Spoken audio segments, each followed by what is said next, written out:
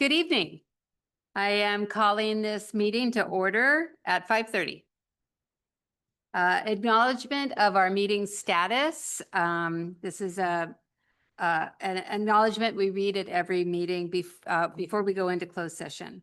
Members of the public may directly address the board by attending in-person meetings and submitting a public comment card. The board will not take public comment through the online platform and does not guarantee online streaming should that platform malfunction for any reason. Members of the public are encouraged to share their thoughts and concerns with our board president, Maddie Cloud, at mcloud@petk12.org if they are not able to attend in person.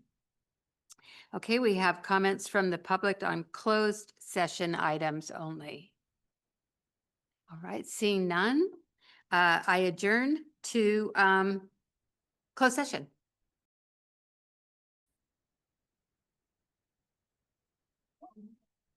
Good evening.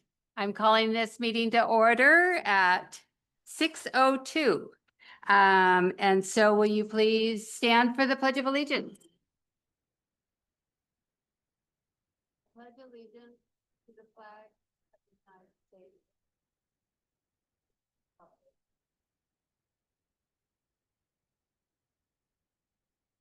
With liberty and justice for all.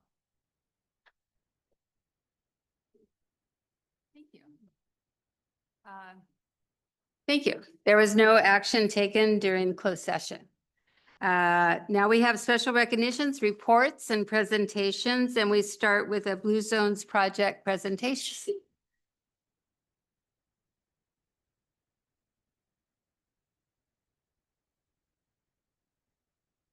Opportunity to come back and check in.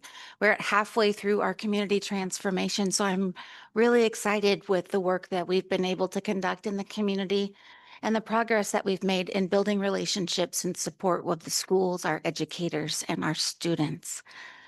So let's see. Great. Also want to welcome everyone. It's nice to see so many bodies in this space. Oops. All right. You good? All right, thank you so much. My name is Nicole Warwick. I have the great pleasure of being the Executive Director of the Blue Zones Project, Petaluma. My colleague, Jennifer Remmers-Wright, who is our organizational lead and oversees all of our work with the schools, sends her regards, but she's not feeling well and decided to keep her germs to herself.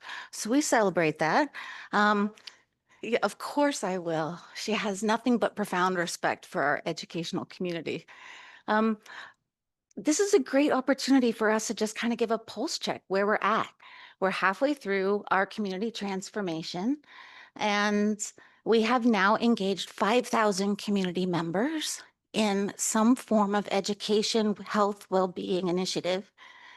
And that looks unique for our schools because each school is unique. And then we have multiple districts here within. So I'm going to speak to just the work that we're doing within Petaluma City Schools. Excuse me. Thank you. Thank you. I didn't catch my breath. One of the remarkable things that we get to do in this work is we're working across 12 sectors in the community, which gives us a unique vantage point and an opportunity to see where things have an opportunity for connection, for collaboration, and to be that conduit that helps stimulate and revitalize essential connections within the community. This is best exemplified by what we were able to do at Casa Grande High School this last year. We went in and our team taught our purpose workshop criteria to all of the freshmen. And in that, students are invited to reflect upon what are their gifts, their strengths, things that light them up, and then to have conversations with their counterparts, their peers, to figure out what might that look like in application in school or in community. And we learned in that space that a lot of our high school students were really unaware of some of the volunteer opportunities available to them in Petaluma and how they might connect. Now, simultaneously, we're hosting similar purpose workshops with our nonprofit leaders and with a focus on volunteerism. We learned that they have a great desire to engage youth in the community, but also we're unsure what those pathways were like post-COVID. And they named some constraints in that. Now, looking in policy work, we saw that there's a gap, there's an absence of youth leadership across almost all spectrums here in Petaluma. The Youth Advisory Committee is no more. We don't typically see youth on any boards or commissions. And so we saw this opportunity to convene our nonprofit leaders, our high school students, and our local leadership, city leadership, to have a summit, a volunteer summit. We engaged over 800 students at Casa Grande High School. They were received by over 20 different nonprofit organizations where they had the opportunity to directly sign up for volunteer opportunities. And we've gotten feedback continually since then about the meaningful application of their service back into the community. Excuse me. Thank you. I'm just observing, I'm having an allergy reaction to something. So forgive me for the sniffles and the sneezes. I'm healthy. So you can see in the photos here, like we even have the mayor who came out and encouraged youth to figure out how they wanted to participate in civic design and processes and the creation of third places. We know our students are lacking a sense of belonging. So part of our work is how do we weave and connect that on school campuses, but also back into the community. So that was a beautiful example of that work. We then took that same curricular content around purpose workshops and went to Petaluma High School. We did not yet have the opportunity to do the volunteer summit, but plans are underway for that to happen in the early fall as students are starting to decide their capstone projects. So we could then align them with opportunities in the community to be able to have that meaningful service, engagement, and learning. Actually, the first day of school at San Antonio will be there engaging their students. At the junior high level, we noticed that there are gaps in nutrition education. And so we're trying to stimulate more opportunities for nutrition education, cooking skills. We partnered with Chef K, who is a local treasure who works in partnership doing train the trainer models for cooking across the country, but has not yet had meaningful application here in her own backyard where she lives. So we're plugging her back into community. We had this amazing pilot where 7 students participated in a series of cooking skills classes that we partnered with Redwood Empire Food Bank so that we could have some recipe shares that were connected to the food being distributed. And we put together packages and resources, and then the students helped us distribute those in the community. So it was a nice way to tie that learning back into community.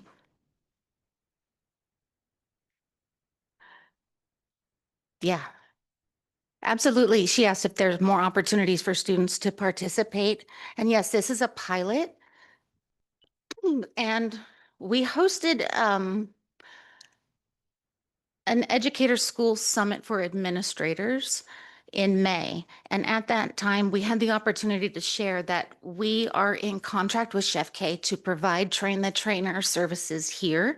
And we'd like to invite Petaluma City Schools to either provide that opportunity to their teachers, to their support staff, to their family volunteers. Anyone who wants to learn how to cook with kids, we're willing to train them for free, equip them with the resources and the tools that they need, and some stimulus funds to be able to provide some money for, the food and things that they need, the consumables to get it going. And we'd love to pilot this across the districts. Yeah, you're welcome. Great question. At the elementary level, a lot of our work looks like supporting the school garden work and where we're seeing outdoor education happening, walk and roll to schools programs. So we've been stimulating some of that safe routes work, working on those, the different task force. Ooh, okay, and other projects that are in the works. We've been working at the district level with HR around employee well-being to ensure that, there are best practices readily available and the resources to support that implementation across the district. We've been aligning with SCO to provide additional partnership in support of McDowell Elements. That was my timer for myself. Sorry.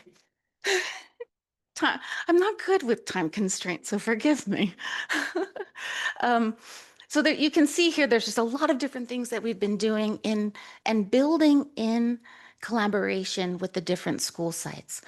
The nice thing about the menu pledge is there's a certain amount of those pledge numbers that get allocated simply by the fantastic work that's happening on the health and well-being policy. Shout out to Superintendent Esmeralda Sanchez Mosley for the work that's been happening there. We've been able to provide some technical support and policy recommendations with regards to alcohol and substance use and support structures around more positive discipline actions with that. We've also been able to provide direct support with Brian DeFore and the recommendations that are coming down around food policies. It's just been wonderful to be able to support on the back end as the district's going through this process of developing their well-being, your well-being policies, including the cell phone initiatives, and where we see in the community there might be opportunities for us to support the school district by providing community education, parent education, youth support, and some of that collaboration amongst nonprofit organizations to support you in fulfilling the goals that you have for the district. So I won't go through the whole list. These are some of the things that are on the table here that we can continue to support. We know that, we're looking at some significant budget cuts. And so as we do that and we're weighing out what are the community resources that we might leverage and support to ensure that while we're responding to the changing landscape and what we have to respond to, we're keeping the health and well-being of our staff, our schools, our students, and our families at the forefront, and knowing that we have a whole body of community resources available who just love and adore our educators, our students, and this community. So if there's any way we can facilitate and be a conduit in that, we'd love to just continue helping. And one thing I might leave for your consideration is how would you like the schools to be recognized once we reach Blue Zone's approval status? Does that look like various media rollout? Does it look like big celebrations? Does it look like well-being for staff or families? There's lots of possibilities. So we'd like to co-create that with you.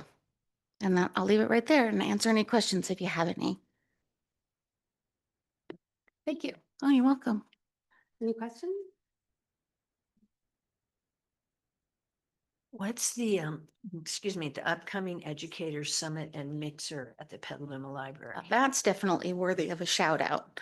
Thank you for that.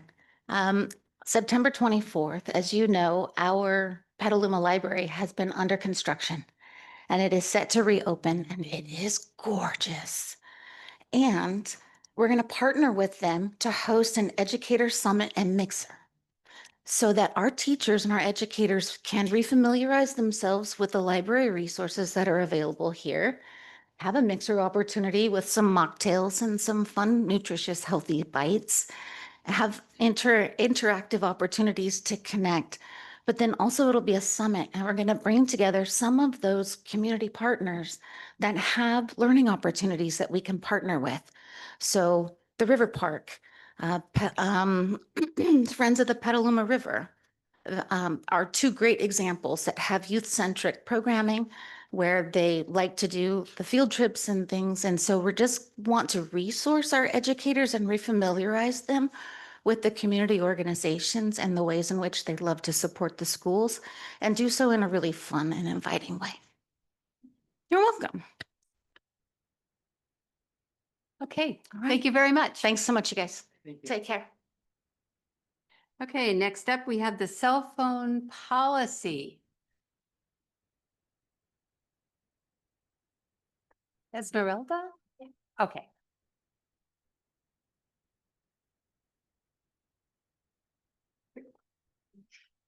Okay, thank you, trustees, for the opportunity to bring back some more information regarding our mobile communications device board policy that we will bring later on for an action item. So I wanted to clarify some points related specifically to our implementation at the high school. So as I shared in June, for the 25-26 school year, our high schools, students will not be using or allowed to use their cell phones during instructional time. And during non-instructional time for the 25-26 school year, they still are able to utilize it during passing periods, break, and lunch. And when it comes to this particular board policy that we're bringing to you tonight, there's a timeline in this, in that our high schools, while we're going to sort of really streamline and make sure we have current, that we have systematic procedures for both high schools next year. It also puts into place a timeline for making our high schools phone-free environments for the entirety of the school day, starting in the 26-27 school year. For next year, we are going to have our high schools utilize the same procedures. Many of our high school teachers already are utilizing a pocket chart or a cell phone caddy where students turn in their device at the start of the period. And so we will be making that a uniform practice across both high schools.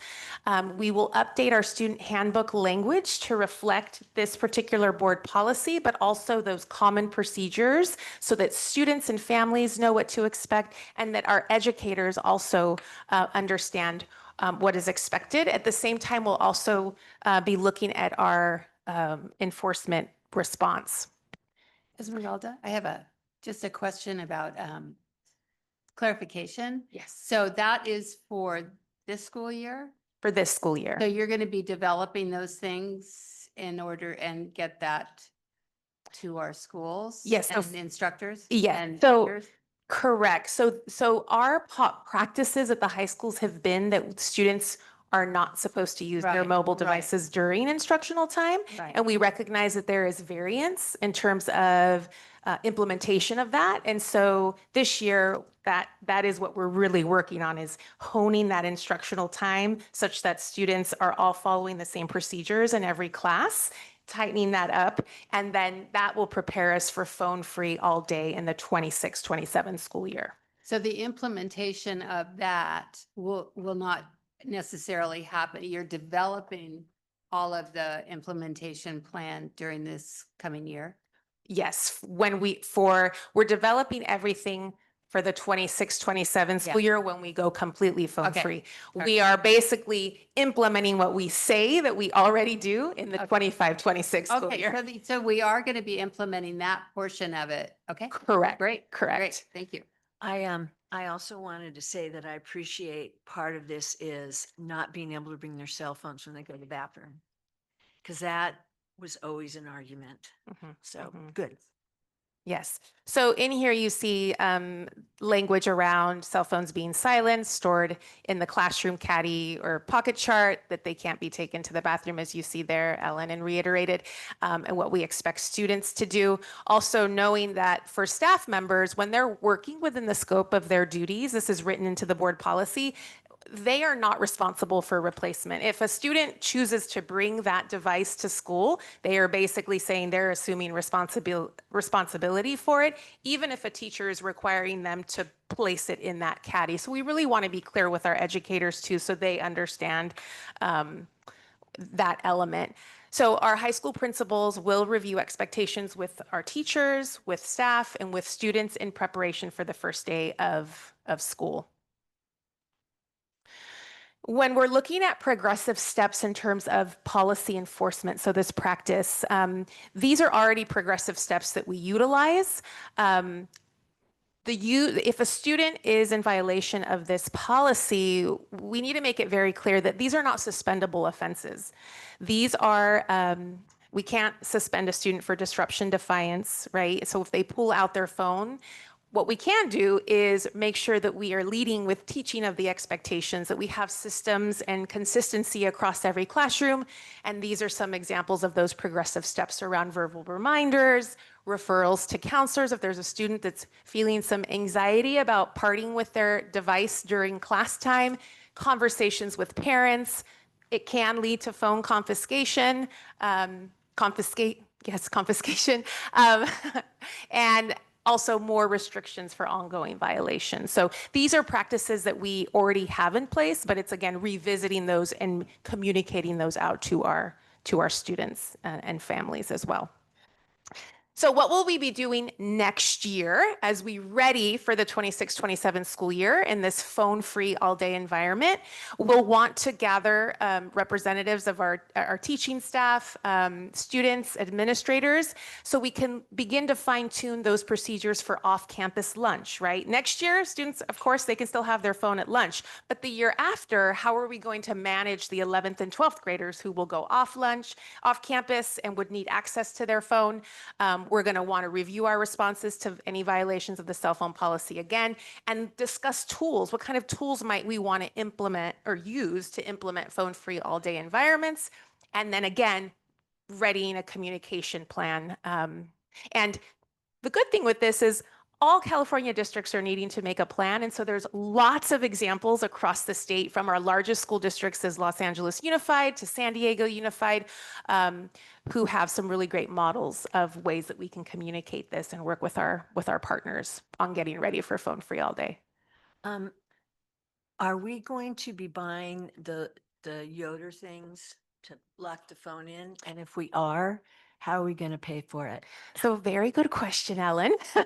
So that will be part of our discussion next year, is looking at, we have partners in our community. We have a lot of families that are wanting to partner with us in terms of grant writing, partnering with local organizations who are very supportive of this initiative. And so I feel very hopeful and optimistic that we have community that will rise up and support us, whether it's partnering us with funding or giving us connections to potential funders. So we'll want to look at that and visit other schools such as San Mateo Union High School, who has implemented the Yonder pouches since 2019. So we'll need to do some of that research. We'll need to be looking at, what is the cost, the dollar amount for these tools, and how we go about doing that. So that it's not a definitive that we would use them. That's the short answer.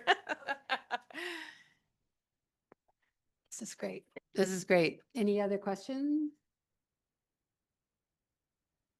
I just, in looking at the, on the draft policy, these are not in there. So is that going to come as an AR, or is this somehow different and not going to be part of the board policy?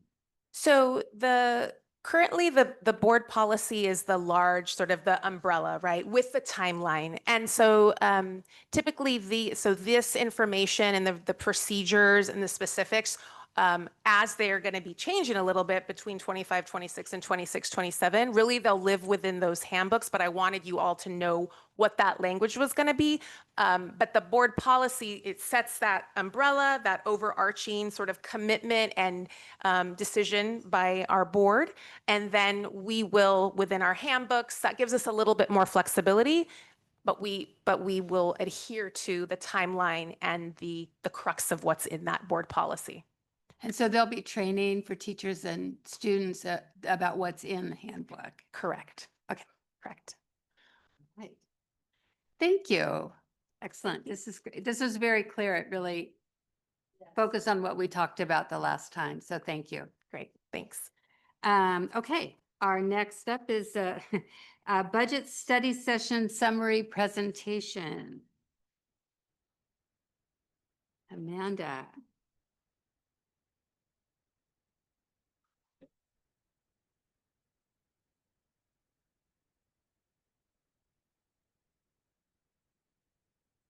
There will Alright. be public comment after this point. So this is to give you the background of how we came to this decision. It's a summary of what we did on Friday.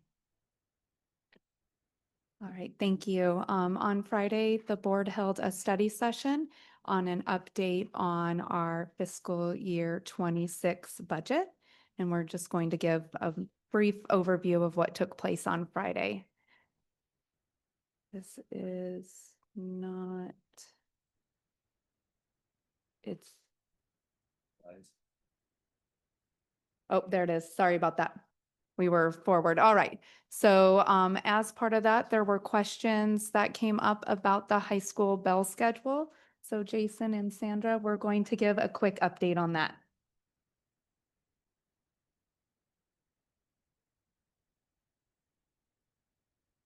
All right, so thanks for the questions about this. We're going to give a more full report. We were asked to just give a short report and update on the bell schedule and where we're at, but we're going to give a more full comprehensive report on the August 26th board meeting.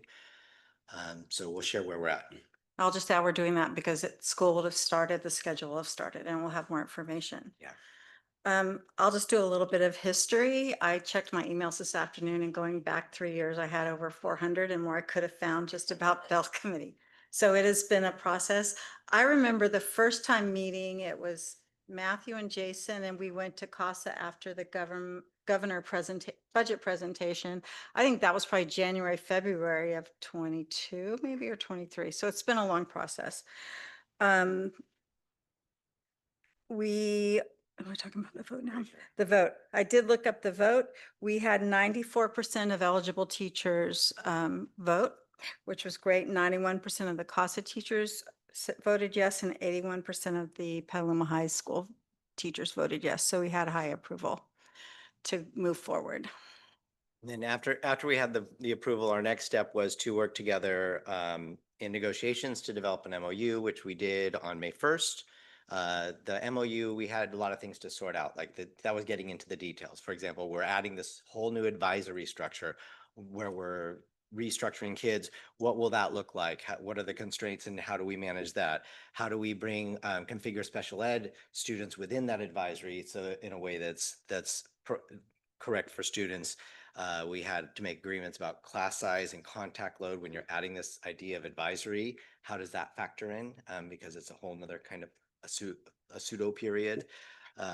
Itinerant teaching and preps, because we're adding more classes. So now we may not have a room, everyone having their own room. So how do we manage that? So we had to sort that out in negotiations. English learner support, how do we do that? How do we do that in a way that's flexible at each site? And then the big picture was discussing how would we knew that we didn't know what we didn't know. We knew that whatever we decided, we were going to get parts of it wrong. So how do we build a process to work together to solve those problems? How do we engage in shared decision-making when something comes up so we address it quickly and we're not letting it just not work for a long time? And I would just add there, it was a lot of conversation around seeing kids for advisory and having them being non-instructional time. So that Yeah. took a lot of shared decision-making. I think this is an example of how shared decision-making can be used. And it also is an example of how slow the ball moves when you're doing it for over 3 years. But in the end, you get a better product that people can live with. And I think it will definitely be the advantage for the students, for sure. Secondary schedules have been made. Rooms and teachers will know their rooms and advisory and their advisory. And we've asked schools to schedule all students with regular periods 1 through 7 in the day. There should be no 0 period. There should be no after school periods. We have a 7-period day now. Having said that, there's still many things we need to work through. Yeah. We know. Little details and exceptions. And Yeah. so we did the big picture and now we're Yeah. zeroing in on some of these exceptions. What's next? So I talked with you all a while ago about the hiring challenge that this was going to pose, and like this was going to be a big task. I am glad to report that our hiring is almost complete. We have almost all of we're finalizing our last positions in secondary. And on top of that, we didn't anticipate this when I reported to you, but we actually also had to staff a whole public Waldorf school that we didn't anticipate, and that was 21 additional positions that we are finalizing. So personnel wise, we're in really good shape. I'm really happy with where we are, and that we feel very like poised to be ready for the first day at all of our sites. We have scheduled an HR and union representative meeting at day 6 to look at where we are staffing now.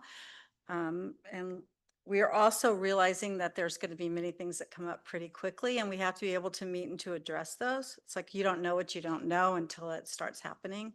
I anticipate there'll be questions with advisory, especially like how is that used? How do we train students?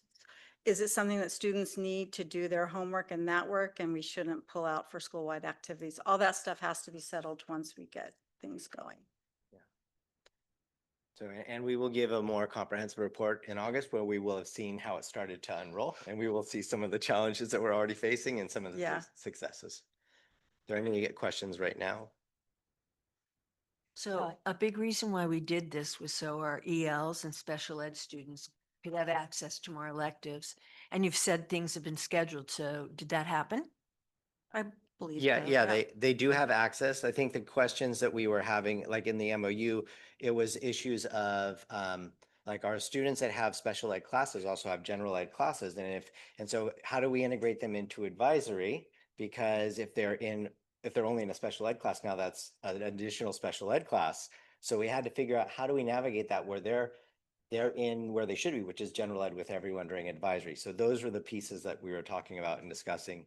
And then with English learners, we really worked on the fact that each school has developed systems that work for them. So how do they work as a site using shared decision making to figure out how to support English learners? For example, some sites for some groups of students might want to leverage advisory for extra support. So we've have mechanisms for schools to be creative and to develop solutions together that serve their students and their needs without us from a committee saying, this is how you'll do it.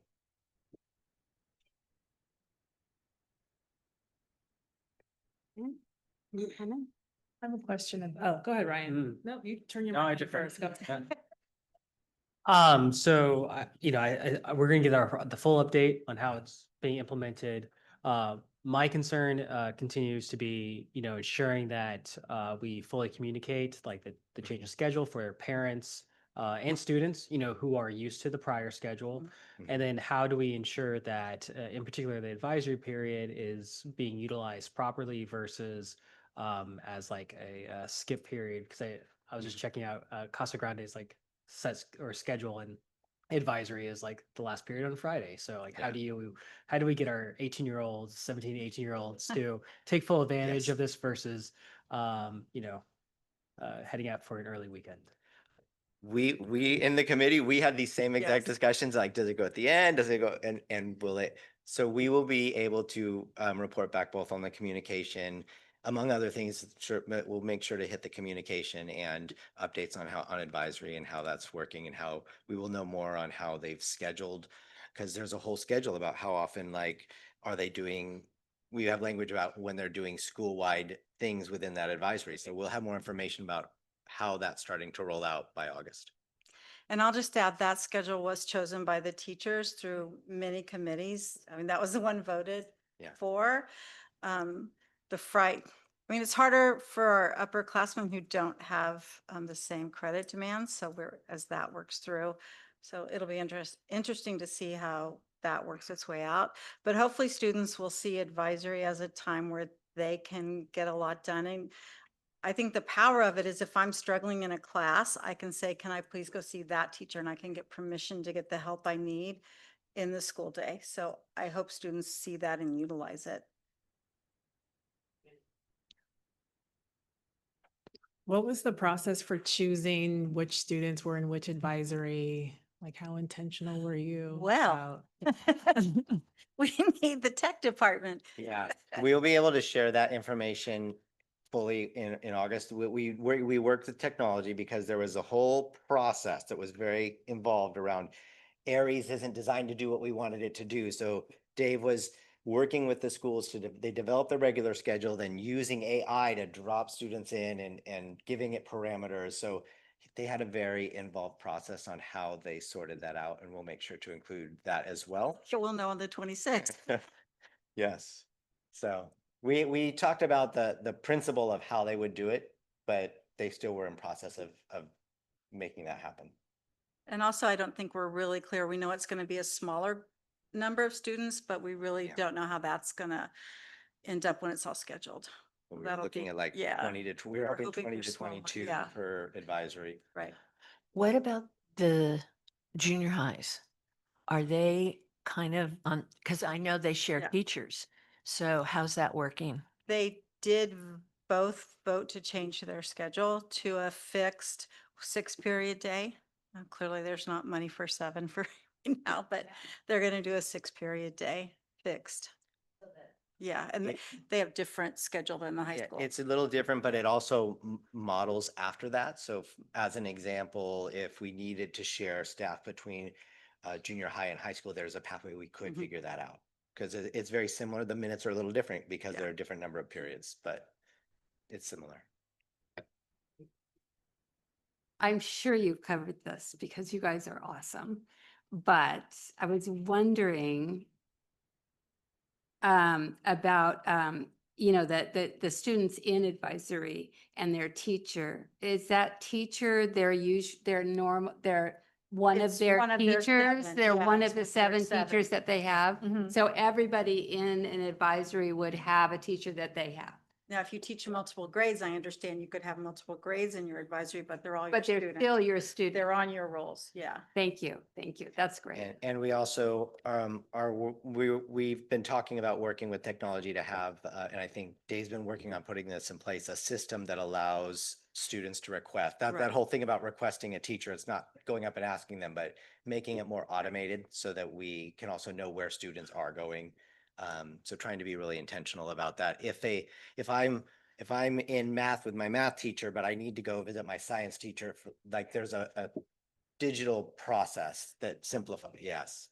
And the teacher will be able to okay that so you don't have 27 kids come in on one day. You can. Yeah, I remember Yeah. there was some talk about that years Yeah. ago with advisory and that there was like, how do we do that? But, we didn't have Dave. Yeah. So then it isn't the same, so then it would change every year in terms of the assignment of the teacher for the Oh, student? their advisory? I would think so. They don't yes. have them for like 4 years. No, because it's Okay, 'cause that it our changed agreement is that it's a classes. current teacher, and Yeah. so Yeah. it would be somebody from that year. Okay. Thank you. I really appreciate it. It's a great work, really.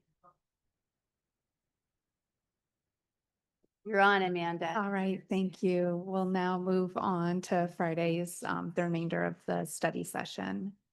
So we started with talking about the financials that were adopted at the June meeting, where in the current year and our multi-year projections, we did meet our 3% minimum reserve with large anticipated cuts in our multi-year projections. This was due to the impacts of the state budget. There was a lot of unknown at the time our budget was approved before the state's budget, so there was one-time funding not included in the adopted budget and things like budget deferrals, which I will speak to a little bit more on another page. A big portion of the conversations centered around where the federal government is at budget adoption. We anticipated to be fully funded in fiscal year 25, which was last year. And knowing that though the federal government would be reallocating funds, we were anticipating and the guidance from state and school services was to budget your federal funds as we had in previous years. In early July, it became apparent that the 25 fiscal year fund, so the year that we had already passed, that all of the Title II, Title III, and Title IV funds were impounded by the government.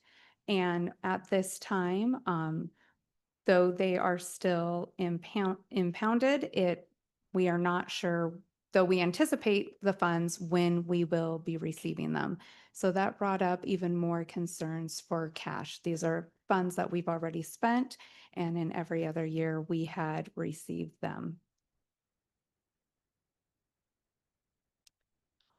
Federal funding update for fiscal year 26, which is the current year we are in. As of today, the federal Title II, III, IV, and IV funds have been appropriated, but are now being withheld due to a nationwide federal program review. This pause in distribution is affecting school districts across the country with an estimated $6 to $7 billion in federal fund delays. Recent legal action has resulted in court-ordered partial releases, and some states are starting to see funds trickle in, but the rollout is uneven and unpredictable. So for both years, in last year and this year, is about $300,000. So for a total of $600,000. The other thing that we do know is that our Title I funds and our federal special education funds, though they are being appropriated at the federal level, they are being reallocated. So we do not know what those funds will look like. So we may maintain those funds or we could lose portions of that. So federal title funds alone would be over $1 million cut to this budget. And for special ed, we receive over $2 million of federal funding. So we're not sure what that's going to look like. So we were already sitting in a position with expiration of our one-time pandemic-related funds. We were looking at deferrals at the state level, and the governor's budget had a $1.3 billion withholding of Prop 98 funds, meaning that due to the tax receipts from prior years, the way Assembly Bill 50 is that there's a minimum guarantee that should be spent on funding because of the wildfires and pandemic, there's been a lot of delays in tax receipts, especially from LA County, which makes up 2/3 of our tax receipts for the state. They've been delayed for years. So what is happening is that the state is what should be accounted for from last year. They're accounting it in current year because of delays. So this is currently at the courts. There are many lawsuits going on at the state level, CSBA, AXA, a lot of our educational partners are involved in that. So as we get into later on in the year, depending on what that looks like, we could see changes at the state level. What we do know after budget adoption is that the additional add-on for the TK, for the LCFF calculator, was approved. So in fiscal year 25 budget, the governor mandated the 1-to-10 ratio, regardless if we would receive the additional funding. So it looks like we will be receiving that. We should be receiving updated LCFF calculators by the end of the week, which will allow us to figure out what our LCFF funding is now for this year. The Student Support Block Grant, which we anticipate to be roughly $2.2 million, it is in the governor's budget. We do not have a timing on what what the rollout will be. It is meant for student support, professional development. It's a lot of language that comes from the federal language, but it does also, it's another one of those and discretionary. So the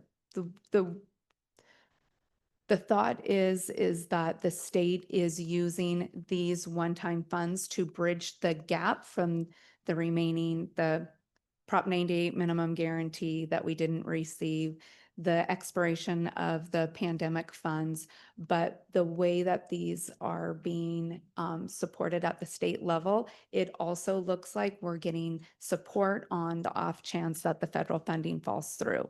So then the message could be, well, you received this block grant, this one-time money to offset that. So this is another thing that we're seeing a lot of pushback from our educational partners at the state level is we have one block of funding that is kind of being earmarked for a lot of different reasons, and it doesn't offset the costs that we would have received. We also have received word that the Learning Recovery Emergency Block Grant, which was partially eliminated 2 years ago, we will be receiving the allocation. There is contingencies and compliances that have to be met. So though we believe we will receive the first allocation of just under $300,000 in this year, we will not be prepared to spend that until fiscal year or the school year 26-27 to make sure we meet all of the legal requirements for that. So this is a block of funding that is a little over $3 million that is not in our current budget. And we will likely not see full implementation of these funds in our budget until our, though we're going to do a 45-day budget revision, we will not see all of this until first interim in December as we ensure that the government will actually be allocating these funds. Before you move on, I mean, I just want to clarify the transitional kindergarten, the add-on grant. So you talk about the 10 to 1. So the idea there being right here in Pendleton City Schools, we have used to be 24 to 1. Now it's 20 to 1. So 20 students in the classroom with one teacher, one instructional assistant. So essentially, that add-on grant is to support an instructional assistant in every transitional kindergarten classroom. Yes. All right. The other thing that we started to discuss in quite a bit detail at the study session is the increase that this district we have seen to our staffing over the last from the 1920 school year to current year, though our enrollment has only increased by 2%. So I do want to point out that 2% does include Valley Vista Public Waldorf School. So our enrollment we're just over where we were pre-pandemic, but our staffing has increased by 15%. And there's been a great having conversations. That is not the dollar amount, because that you could just, or you could explain, salaries go up. That's the actual number of FTE. So I did want to clarify that. So as part of the budget original adoption, where we had the needing to eliminate $5 million in next fiscal year, and through the study session, one of the things that we need to do is work on a resolution committing to that and the way we are going to commit to that. So we had a draft resolution that did really not meet the needs of our district. So after the meeting, Trustee Pond and Trustee Williams met with Superintendent Harris and I, and we worked on updated language that showed really where the intention was. And though really that it does equal 6% of our annual operating budget, which we need to cut over the next 2 years. Every dollar that we cut in current year really counts as $3 in years out, because if we cut it $1 million this year, that counts for $2 million next year and $3 million the year before. And I think that was part of or the year after, not before. Sorry about that. Part of the urgency to having the study session, that if there were direct changes and impacts that we could make in this year's budget, we will not see having to make $5 million in cuts next year. So this talks a little bit about the process we will do that. And this is just the very first, there's a whole document, but it's a couple pages. And part of that is about convening the Budget Advisory Committee. We will meet for at least 4 times before December, and it really helps set up a timeline of where we need to be for any staffing decisions that we need to make by March for the following school year. And the other thing too is it gives us the point of really getting to the $5 million funding gap, but not only looking at eliminations. So we'll continue to make budgetary decisions throughout this year to have a bigger impact on cost savings. We are looking at, how do we implement the use of the one-time funds that are not currently in our budget? How do we use those against the $5 million? And really, when you're facing a deficit, you have 2 choices. You can decrease your expenditures or increase your revenue. So it's been a topic of conversation too. Yes, our staffing the slide before shows that we are staffed at a much higher level than we were pre-pandemic. But what else can we do as an organization to support everything that we do that is so amazing at PCS, and how can we continue to also increase revenue? So I think that we'll be spending a lot of time this year looking at all of those options to get to where we need to maintain our budget in order to have full budgetary control as a district. So with that being said, we did put forward originally an idea, a plan, and it has since been updated, and Superintendent Harris is going to speak to that.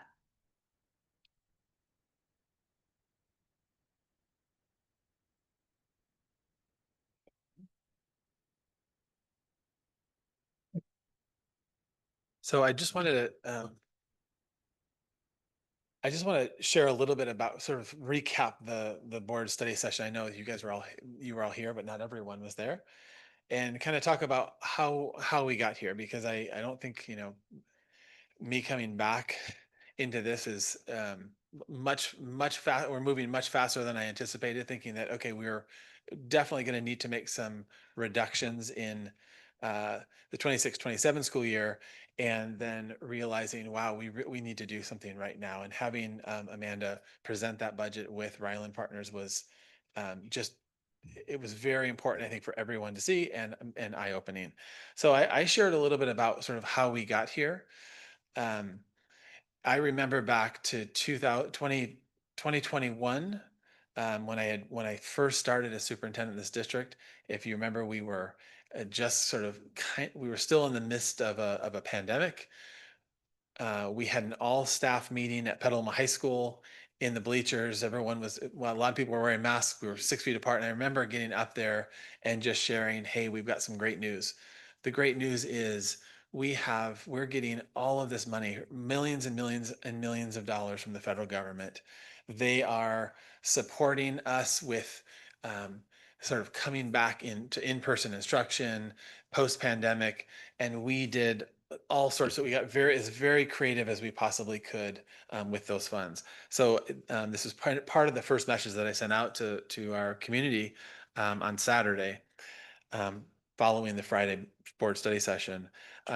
We were adding, so it was about approximately 15% more staffing.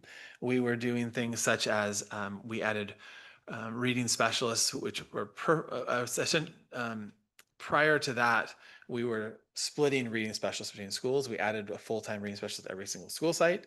We added nurses, we added mental health counselors, we added student advisors to every single elementary campus, additional class sections at the secondary, after school support, custodial support, family engagement, student family engagement. We had on and academic coordinators, all sorts of things that we were adding to just try to do the best we could, bringing our students back into in-person learning post-pandemic with all the mental health crisis and challenges that we were facing.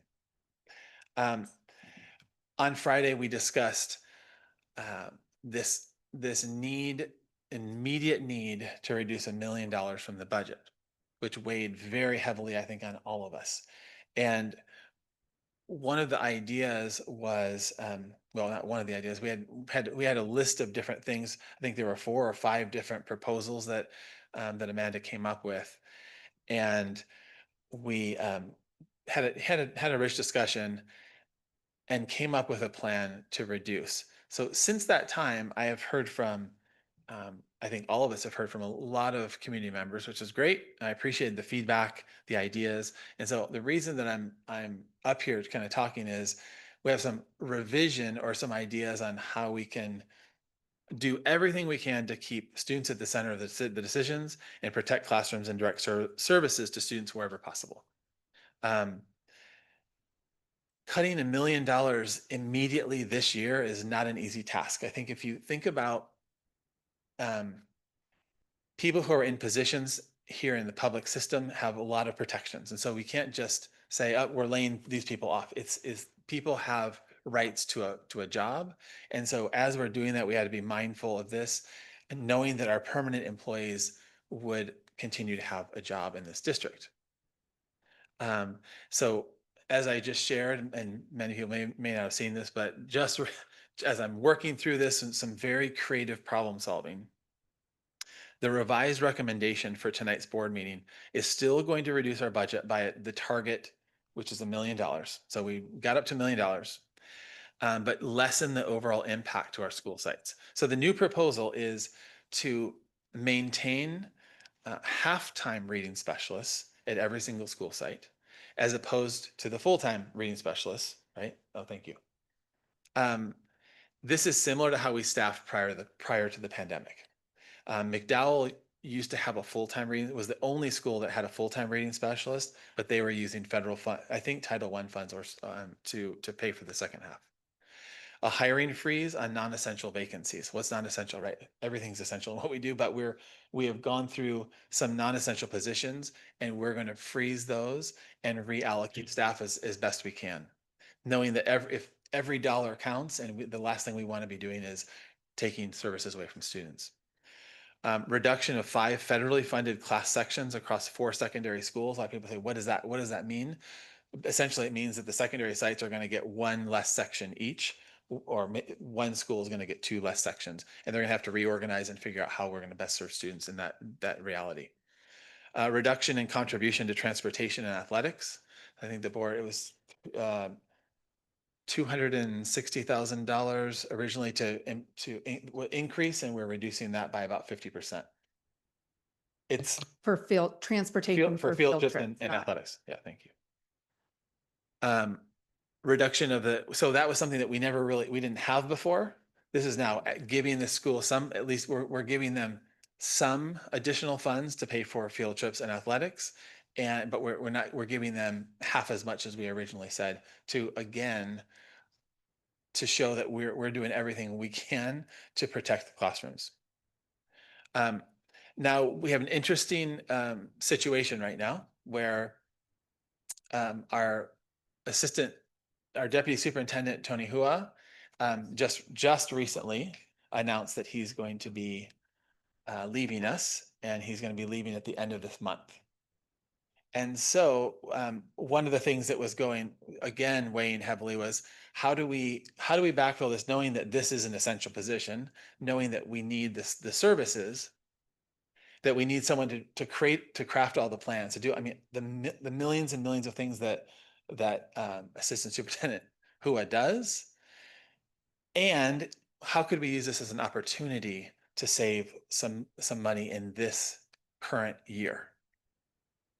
So we had lots of conversations amongst cabinet, and one of the ideas was to essentially have our communications coordinator, Amy Fadeji, come into Ed Services and support the work that was going on, leave that role behind, come into Ed Services and support Ed Services. So essentially, Gloria and Amy Fadeji would work together in Ed Services to get us through this year. We would look at the cost savings between a director and an assistant superintendent and bring someone in on a contract, like a retired individual, to support the work, to support the plans, and to make sure that we're doing all the work that was done for the past 4 years under Assistant Superintendent Hua. That is a big savings for the year. I don't know the exact amount because we're already starting into the year, but roughly $180,000. And then we also have I'll call them our big 4 sites, and 3 are K8s, 1 is a K6. And when we originally talked about this, we kind of drew a line in the sand and said, okay, if you're a school site, if you're a K8 school site with over 475 students, you need some extra support. And we were seeing that with our principals. Our principals, you see, we have 4 new elementary principals this year. It's been a very stressful time, very stressful work. And so if a school site is 475 or more, the K8 schools received a TOSA/AP. Our K6 schools were going to receive a TOSA. So The idea here is that was 4 individuals supporting the school sites, part TOSA, part assistant principal. And the idea with this reduction is to take those 4 individuals and turn them into 2 individuals and have 2 people, basically you're 50% at one school, 50% at another. So uh, what's a natural fit, right, would be Pengrove and Cherry Valley would share someone, and McKinley Pax and Valley Vista would share someone, just because of the calendars. But those two schools would share an assistant principal, basically. So that is the recommendation. So that recommendation, my original recommendation that was on there, I'm changing it to this recommendation. I think that it better spreads the reductions across the district, from the district office to school sites and administration to our reading specialists. It preserves a half-time reading specialist at every single school site, which is what we had at our school sites prior to the pandemic, before we were receiving those one-time funds. Just to go back to those one-time funds, right? It was really a 3-year thing. So 21 to 24. In 2024, we thought, okay, we were going to run out of the funds. They ended up extending it to 2025. The state came in with some more money and said, here's some additional funding. So we kept that going. And now, coming back into this, we're looking at a drastically different landscape. Not only are we receiving, here's a few million more dollars, keep the mental health support going, keep this going, keep these extra things going. Not only are we not receiving that money, they're actually saying, we're not going to give you the money that you already spent last year and the money that you're supposed to get this year that you already have budgeted. So there's all of that going on. We also have a secondary parcel tax, we went out for a secondary parcel tax that did not pass. And we went and we have a new bell schedule that is adding a little over 17, close to 18 new teachers, because it's what's best for students. We know it's what's best for students. It's what's our students are. It's going to increase our A through G rates. It's going to increase our graduation rates just on the natural. Our students now have access to more courses. So over the course of their 4 years, they're going to get 4 additional courses. If they're a semester course, could be even more. It's fantastic for our students. That bell schedule, I appreciate the bell schedule update. And it is connected to the budget because it is going to be, it is an extra cost. And so when we went out for the secondary parcel tax, thinking that it was going to help to fund these additional 18 people, the way that taxes work is that parcel taxes are fantastic, but they need a super majority of voters to vote for them. 66.66%, right? 2/3, we need a 2/3 majority. We received, in my mind, a very strong majority. Almost 64% vote of our taxpayers said, we want to tax ourselves to help fund the secondary to do the secondary parcel tax. But it wasn't enough. We were a couple percentages short. And so that has also impacted, right, the general, the budget as we look forward in the next few years. So all those together. And then I also want to speak to this because I think this often gets misunderstood or misrepresented. We did pass a bond, right? We passed a very large bond. It's important to note that you'll continue to see structures being built across town, right? We're going to see some great new buildings and facilities. Right now, I think we have stuff happening at McKinley, Cherry Valley. I mean, we could go on and on and on, all the facilities. We're going to have this facilities master plan, but bond funds cannot be used for people. We cannot hire staff. We can't say, oh, we're going to save this with bond. That doesn't work. So bond is really just for the structural piece. So I wish, like I said in my note out, I wish I could say this is the last of the cuts, but the reality is, if we cut $1 million now, that's like $2 million for next year. So we make these initial cuts instead of $5 million, which is going to look like draconian cuts. We can reduce that to about $3 million for the next year, which still seems, I'm still trying to wrap my mind around what that would actually look like. unless, as Amanda pointed out, we increase our revenues. So the budget will be working on through a budget advisory process. We're going to be working on getting staff, teachers, staff, families, community members involved and trying to figure out how we move forward together, given this new budget reality. So, any questions?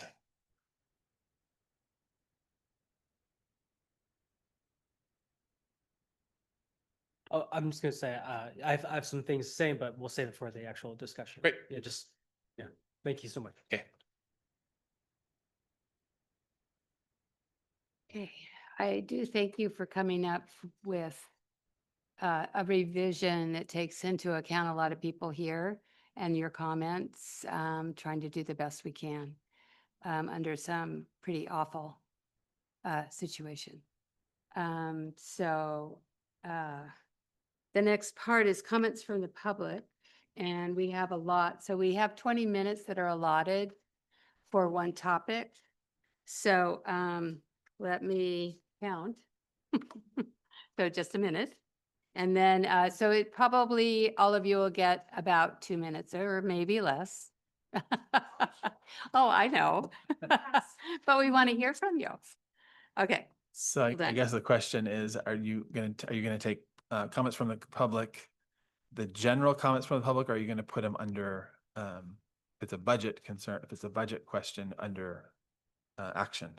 I was thinking about just doing it now Okay, since great, they've been, great. since Yep. you've been here. That we use, this is usually for non-agendized comments for something that, for comments about an item that's not on the agenda.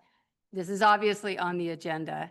So we're just going to kind of switch it a little bit so that you can do your comments now. We will not have other comments after this. So just know we don't take, people don't come up to the podium. We don't take questions from the audience. This is your opportunity. And so if you want to speak, we'll try to make time. But after this, we're not going to have another opportunity for public comment, even during that action portion. Does that make sense? Okay. All right. Oh, goodness sakes. 1, 2, 3. Where did I think it's school? Oh, not all of these are budget. So. Budget.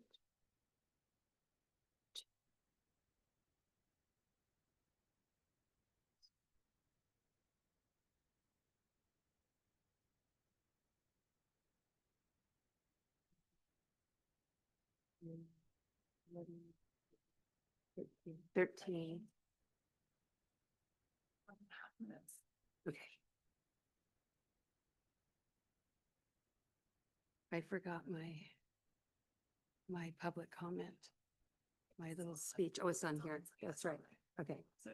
I'll just read it. 1.5, right? 90 seconds. 90 seconds. I think 90 seconds. Thank you. Yeah. And then we have 2 more. We have 2 more on other things. All right. Okay. Thank you very much for waiting. I was an English teacher, so my assistant president is a great math person. Okay, so we have, you'll each get 90 seconds. We do time it, I know, but there's a lot of you, so everybody will have an opportunity if we do it that way. I'm going to read our public comment board policy, just so that you all are aware of how we do this. And then I'll start calling on people. Under Government Code Section 54954.3A, members of the public have the right to address the governing board on any items of interest, providing it relates to the subject matter jurisdiction of the school district.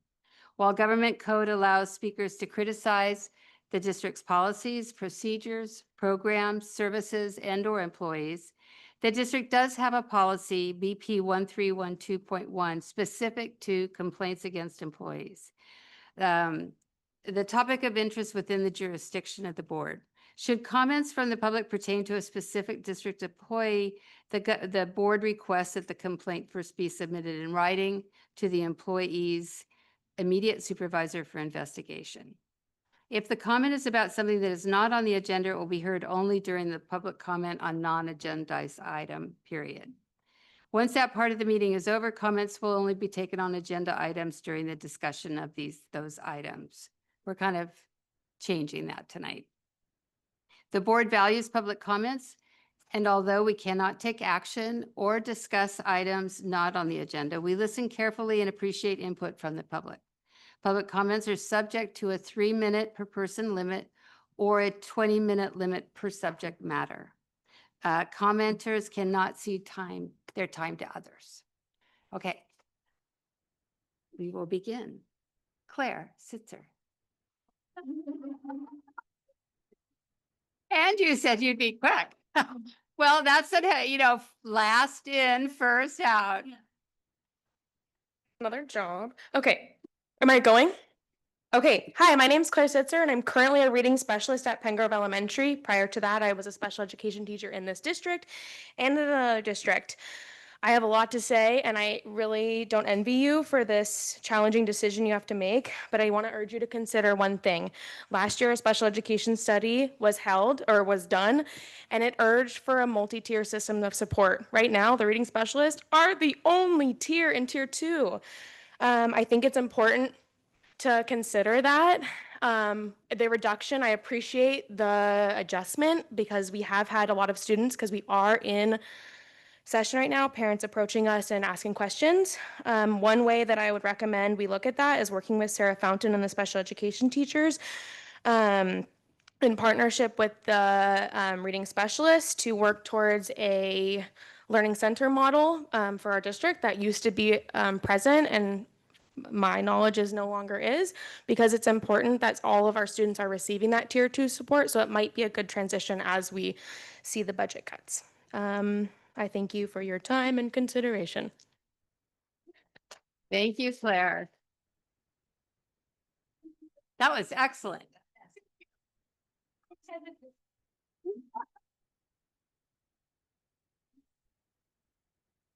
Okay, Marquita, you have like several. Why don't you just go over all of them now?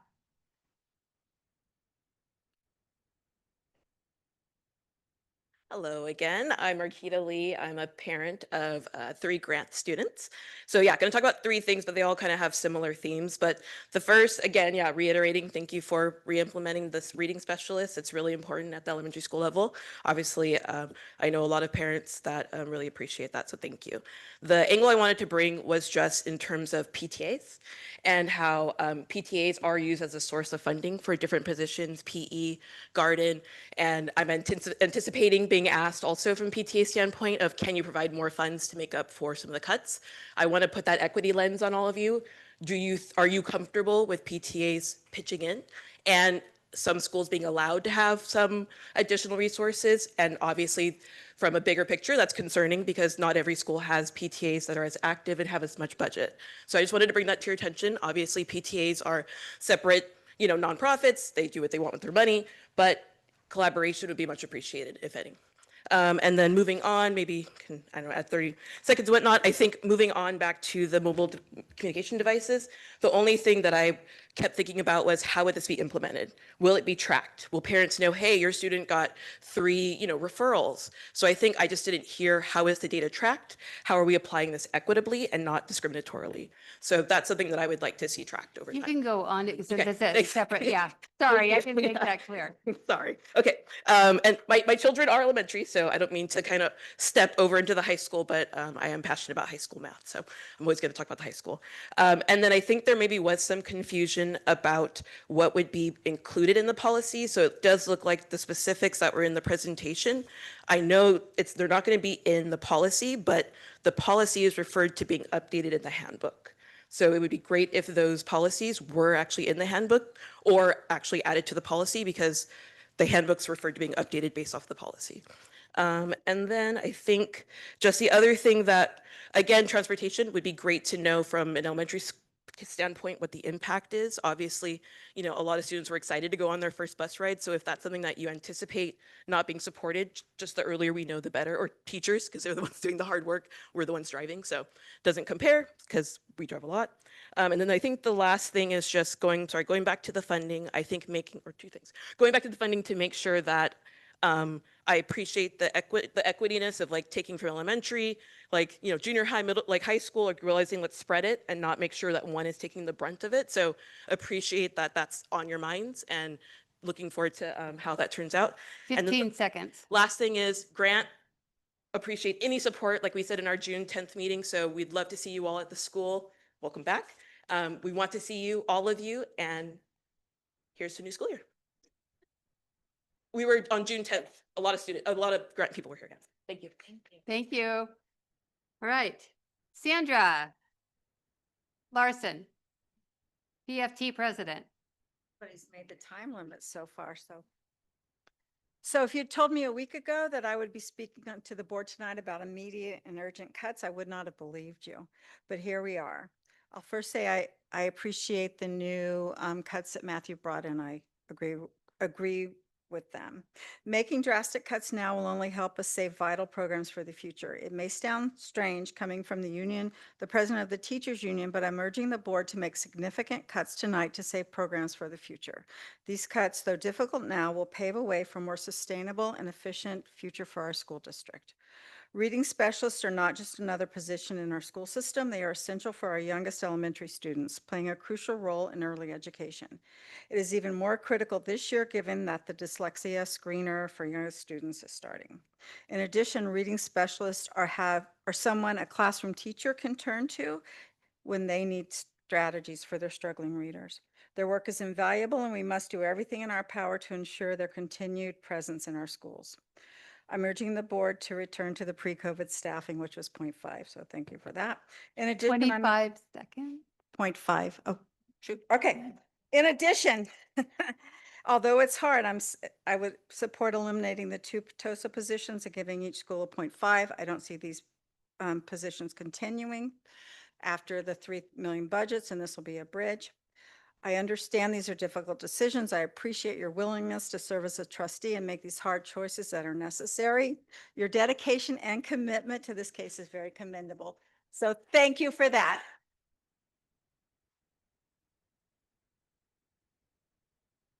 Thank you very much for PFT's, for support, partnership. Dana Gottlieb.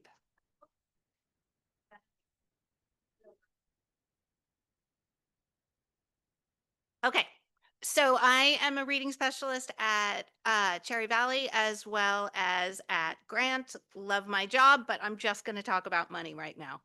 I don't envy you for having to cut positions. Everyone's are valuable, but I think if you cut the reading specialists, it will cost you more in the long run for 3 reasons.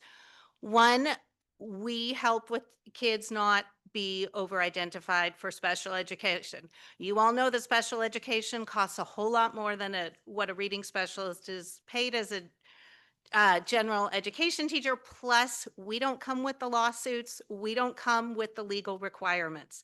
That is money saved. Secondly, dyslexia screener, which Sandra brought up, that is being rolled out. I'm not sure if everybody in this room knows that. It was legally required by the state that every K-2 student not only be screened, which will take about 20 minutes per student while that teacher is supposed to be teaching. So picture your 5-year-old in a class without any support, then those same parents who have kids who are scoring at potentially risk will get letters in the mail. 20 seconds. Okay, so we'll go on to the next one. I actively campaigned in 2007 for the parcel tax, which said specifically it was supporting reading specialists.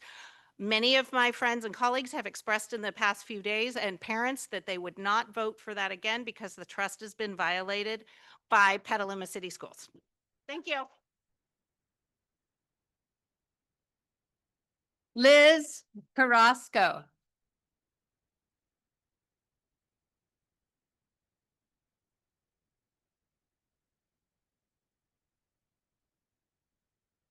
Hello, I'm Liz Carrasco. I'm a parent to two students at Mary Collins School at Cherry Valley.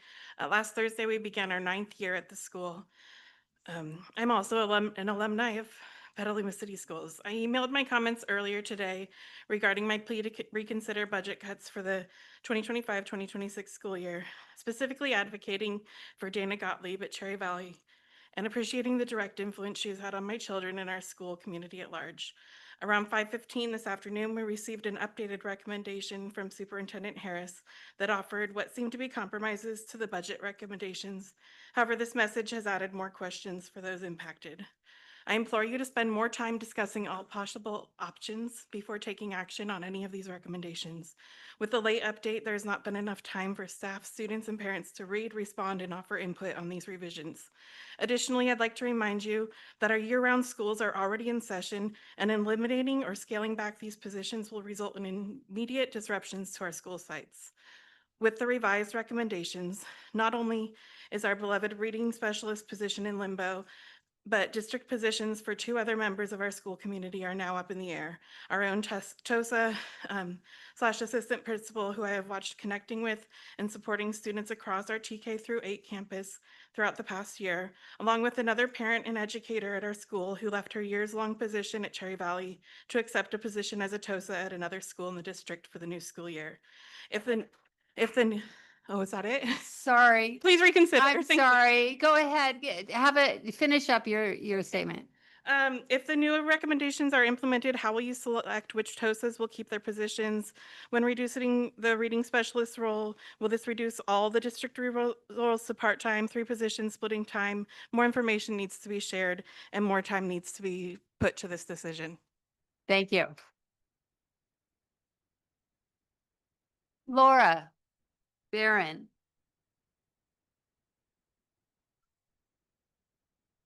Are there 2 of you? That's my support. I'll be here. It's a lot of people who want to talk. Yes.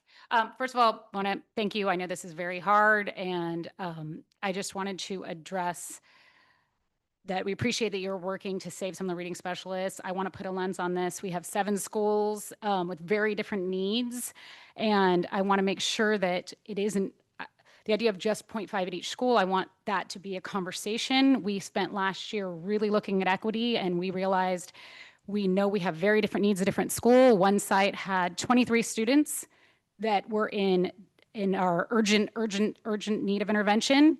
Another school at our district had 110. So that discrepancy is enormous. So we need to look at that when we are allocating our resources. I don't think we can point blank put it that way. I hope we can still have those conversations. And that is when you're looking at cutting specialists even down to 3.5. There are some schools that we will not serve students, and I have a lot of concerns about that. I want 30 seconds.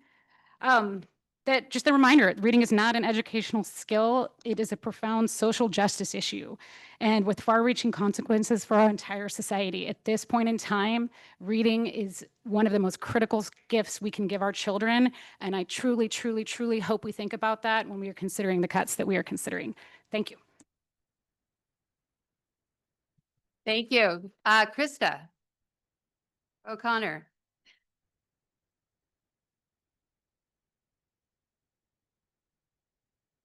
Tried to make it shorter.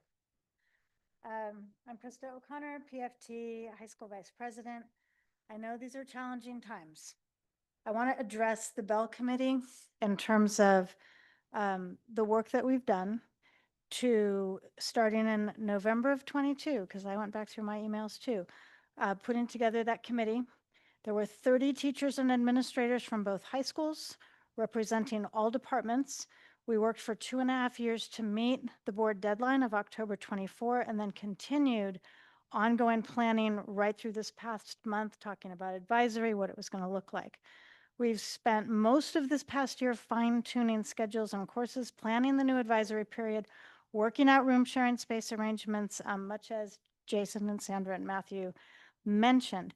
In just a few weeks, we're going to open our classrooms to the first group of students who will be able to expand their high school course options. Significant and huge. we're concerned about the ongoing sustainability of this proposal. We told the district administration and the 30 board seconds. all along that we didn't want to invest a lot of time and effort to create something we couldn't afford. We've spoken to the 18 teachers, the 1 million plus price tag on this, and we were assured time and time again that we would find the funding, that the secondary parcel tax would cover it. That didn't pass. So here we are, and in the interest of being realistic, we have to acknowledge the questions attached to the ongoing costs of the plan as we make decisions in the coming year. Thank you. Snuck that in there. John Malanch,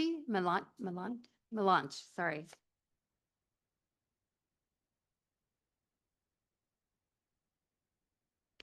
Thank you, everybody. I come here as a parent of two Cherry Valley students, two sons, one in first grade and one in third. And I want to first just pause and thank Miss Dana, our very own reading specialist, for teaching my son how to read. She did it. She was the one. She made it happen with all of the support of the rest of us, but she was the connecting tissue that made that happen. So thank you. I want to thank the VP TOSA we have as well for teaching our kids math. Very important. You know, I'm a founder, CEO of a business. I have fiscal responsibility as well. I have 50 employees nationally, and this is a very difficult challenge you have. But what I want to say is that my responsibility as a leader and a governor of my business is to my employees that are servicing my customer. The customers here are the children. They need to learn. This is your primary responsibility. And I caution you for even considering removing those services that most greatly affect them. 30 seconds. Thank you. Thank you. Thank you. Judah.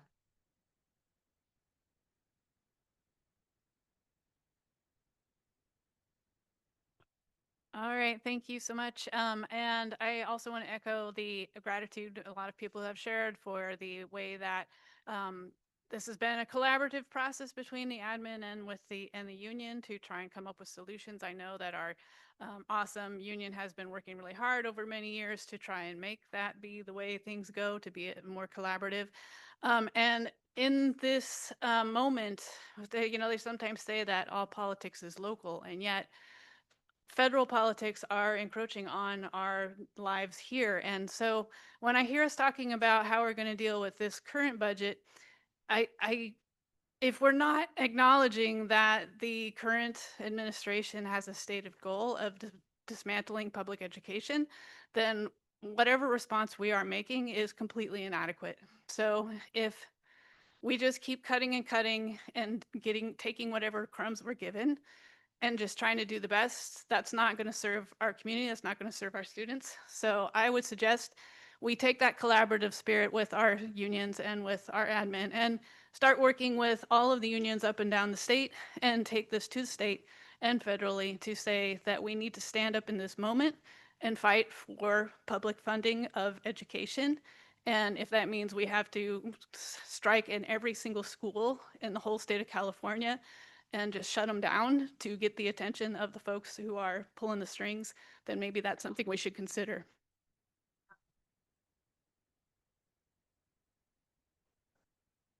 Thank you, Linda.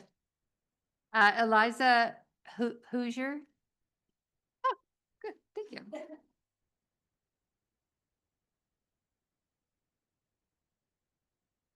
Hi, everyone. Thank you for the amendments that you made. I wish we'd started in that spot, but thanks for responding to our feedback. I wish it was enough. I do feel that we are cutting TOSA. Our TOSA VP is like helping kids crawl out from under their desk when they've been there because the teachers don't know what to do.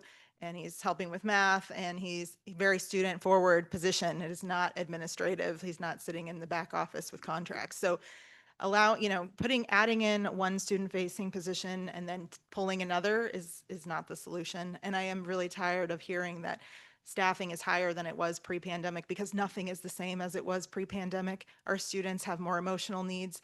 They're behind academically. We need more staff. We need more than we currently have.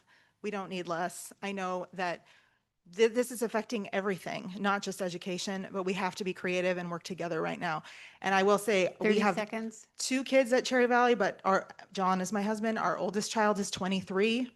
He did not go to this school district, but he also did not graduate high school. And the reason why is because he could not read.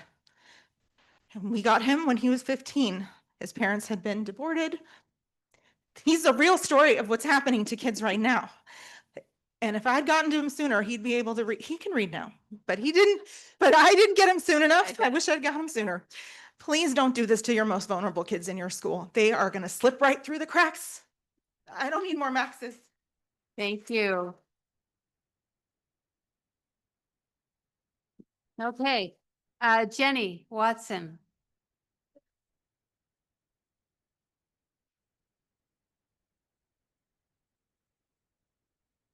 I have to read mine, so I'm not good at this stuff, but. Okay, my name is Jenny Watson. I'm the PTA president at Cherry Valley, and I'm here to express our community concern about the proposed budget cuts, including the revised ones. We really do appreciate the revision for the reading specialist position. As you've heard, Dana has been immensely influential in so many students' lives, so thank you for that. One thing to note, I've heard from over 24 people in the last 2 hours about this notice coming in right before the meeting, and it being up for approval right now feels to lack the appropriate time, consideration, and due diligence. We'd really appreciate for this decision to be postponed, especially being that it has the potential to have very long-lasting and severe impacts on our kids. Next, as you know, Cherry Valley, now with the expansion of Universal TK, has 3-year-olds and 13-year-olds on the same campus. And while it's something that we all absolutely love and cherish about our school and community, it creates an environment where there is an insurmountable need for having these incredibly impactful student-facing positions staffed, present, and prioritized. Keeping Josh, our full-time TOSA AP, and a reading 30 specialist seconds. funded falls under that same sentiment. Our children need these resources, and they deserve this access to help them thrive, to help them continue to fall in love with learning, and to feel safe in their school. Thank you. Thank you. Okay, Amy Ryder.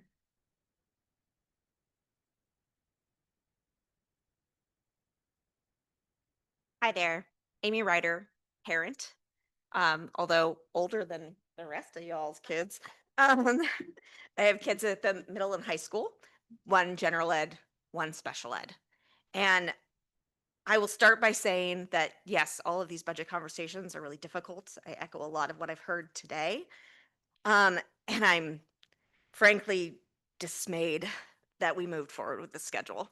It sounds like that ship has sailed, but it seems completely irresponsible if the math works that we basically blew our chance to save $3 million of this $5 million shortfall by not acting on something that, from our perspective, I wasn't involved, but I heard that this vote happened in May to finalize that. And that just feels very hard to swallow in light of this entire conversation. I would much rather have my special ed kid not 30 have an 30 elective. seconds. I hear you, thank you, but please don't interrupt me. My special ed kid not take an elective and instead have someone else's kid have a reading specialist. That trade-off is just not okay for me. The other piece, I noticed the transportation costs. One thing you implemented last year is the transportation requirement for buses for student certain kinds of activities over a certain distance. I don't know if that still stands, but please rescind that because that's an added cost that we shouldn't be bearing in these times. Thank you. Thank you. Okay, Katie Gill.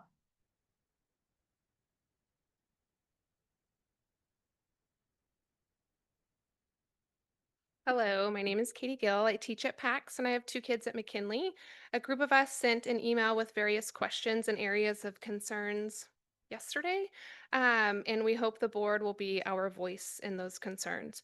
I reviewed the proposed budget updates. I have worked at a TK at school for 10 years now. Removing or reducing TOSAs from a site is removing support.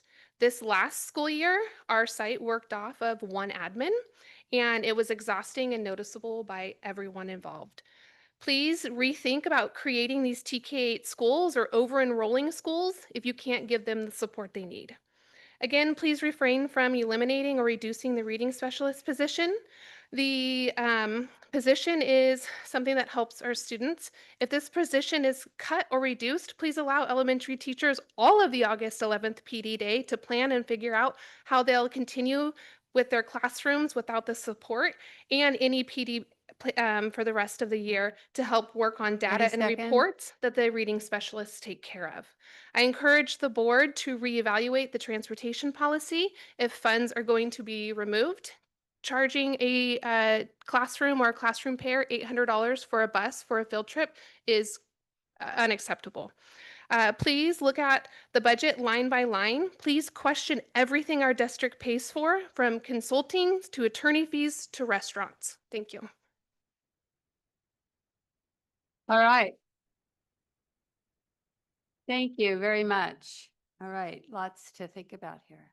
I appreciate that all of you took the time to come and also emailed, but also came. So this isn't easy. Okay, we need to go on to the adoption and approval of the agenda. I move to approve the agenda. Need a second? So we want to. Need a second? Did you second? Does he need to amend first? I think we second and then he A amends. second. Okay. Okay. We want to pull the 25-26-13. It's a contract. It's a you want to explain it? Is an MOU as well? Yes, it's an MOU with the Sonoma County Office of Education. We're going to pull that to obtain more information, and we'll bring that back to the board at a later time. Thank you. So I need a motion with the amendment. Oh, no, yes, with the amendment. Right? I'm just not, it's one of the contracts or? Oh, yeah, so you, is the MOU down at the MOU? Let's go. Oh, the bid. Under contracts, 25, Okay. I'm just trying to- 26. It's 25-26-13. It's under Yeah. MOUs towards the bottom. Do you see it? Sonoma County. Here we go. No, it doesn't leak. Oh. I move to approve the agenda as amended. Or I move to amend the adoption of the agenda. Yeah, I second. I trust you. I second. thank you. All those in favor? Aye. Aye. Any opposed? Okay, we have an agenda. No, we have an amended agenda. Now We have to an approve the amended amended agenda. Yeah.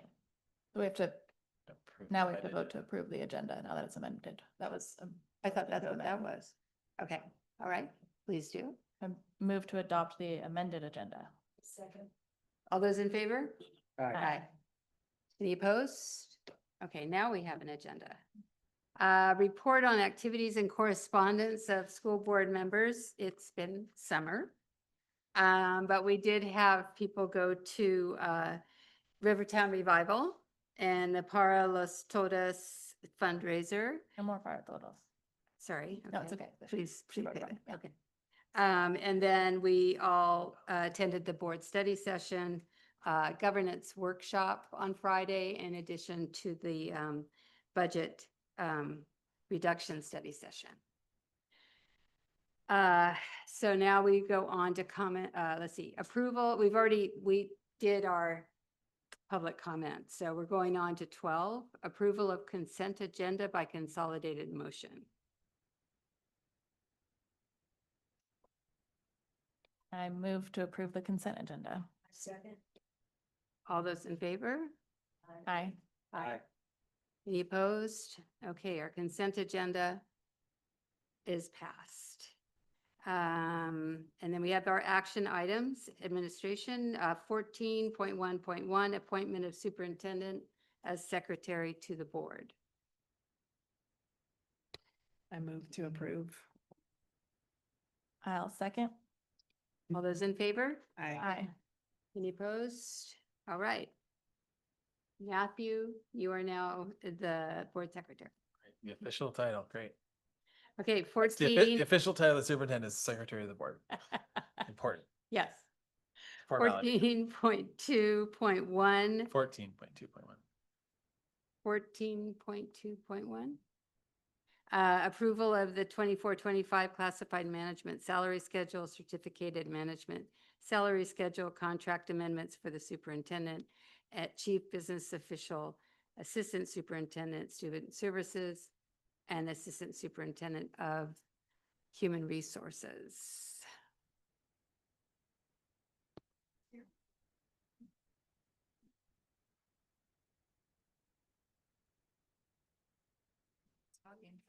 Somebody needs to talk.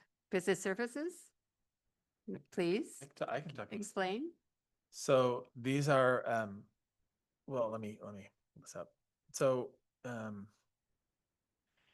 last year, so this is for the 24-25 school year. So this is for last year. This should have come 2 or 3 months ago, probably after every other bargaining unit was brought forward. Our CSEA, our classified employees, last year, 24-25 received total compensation of about 3.75. Our Federation of Teachers received about 3.55% total compensation. Our classified management, we're going in with basically a COLA increase to classified management of 1.07, with a work year reduction of 3 days, an increase to their health benefit cap equal to that of the other classified employees. Certificated management is a same COLA 1.07% increase, reduction in 3 days, and an increase of $50 per month to the district's health and benefit cap, equal to that of the certificated bargaining unit. Cabinet is foregoing any COLA increase in receiving their contractual step, with a work year reduction of 3 days and a contract extension of 1 year. And superintendent coming in with no step movement and no COLA, basically freezing at last year's rate of pay, with a 1 year contract extension. So I'm not asking for any increase at all, including step and COLA. So that's the plan. This obviously it's very tone deaf sort of time to bring this, and this should have come a few months ago after we settled with CSEA and PFT. It didn't, so it's coming now. This is for last year. Is it? Yep. Yeah, thank you. Any questions about this? Can I add two Yeah, things? sure. One, Oh, I'm sorry, I didn't see you. no, it's okay. One thing is, the reason this is coming so late is we actually didn't settle until June. We always make sure to settle with our certificated and our classified employees before we try and settle with our unrepresented, which is management. And so that's the other reason why it would have been great to bring earlier, but we just finished settling with our other bargaining units. And then we walked on the salary schedule that you were just handed. There was an error on the one for certificated management. It didn't include the 3 days. So the one I gave you is just the same salary schedule with the reduced days on the left-hand side that was left off of the one that was uploaded on Friday. And just to be clear, so our certificated management is our principals, our assistant principals, all of our certificated administration who work with students. Okay, thank you for the clarification. Did you want to say something, Amanda? No, that's okay. Jason spoke to it. Okay. All right, we need a motion. I move to approve. I second. Okay, any discussion? All right, all those in favor? Aye. Aye. Any opposed? Yes. Do we have a break? My back. What? Yes. All right, we're going to take let's take a 5-minute break. We will come back at 7:50.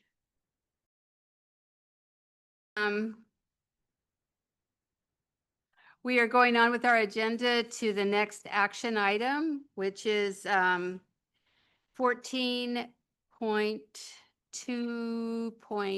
2, which is approval of the resolution 252601.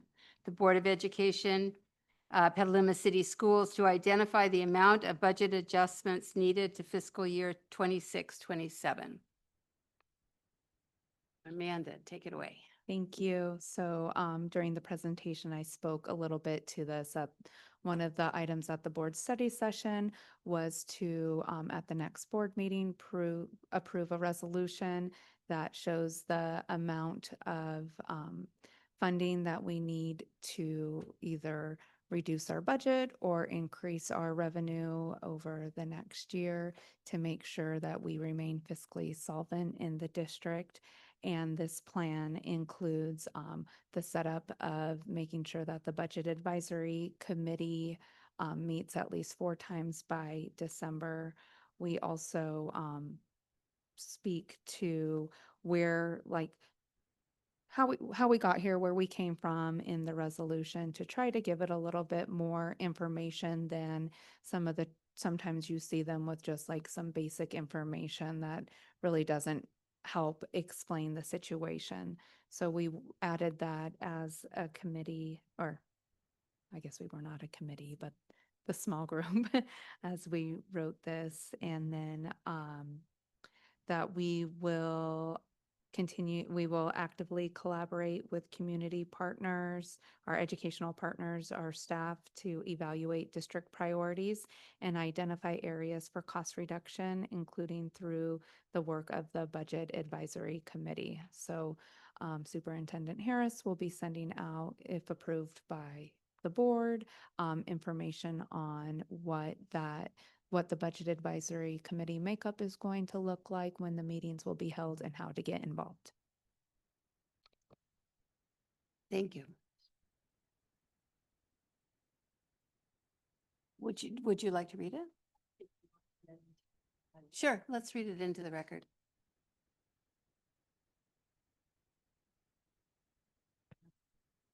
Whereas the state of California and the federal government play a critical role in funding public education, yet in recent years have increasingly withheld or delayed essential funds, placing undue strain on school districts, even as they continue to provide strong educational programs and services for all students. Whereas Petaluma City Schools has increased staffing by 15% over the past 5 years to meet student needs and support programmatic growth, reflecting the district's deep commitment to student learning and well-being.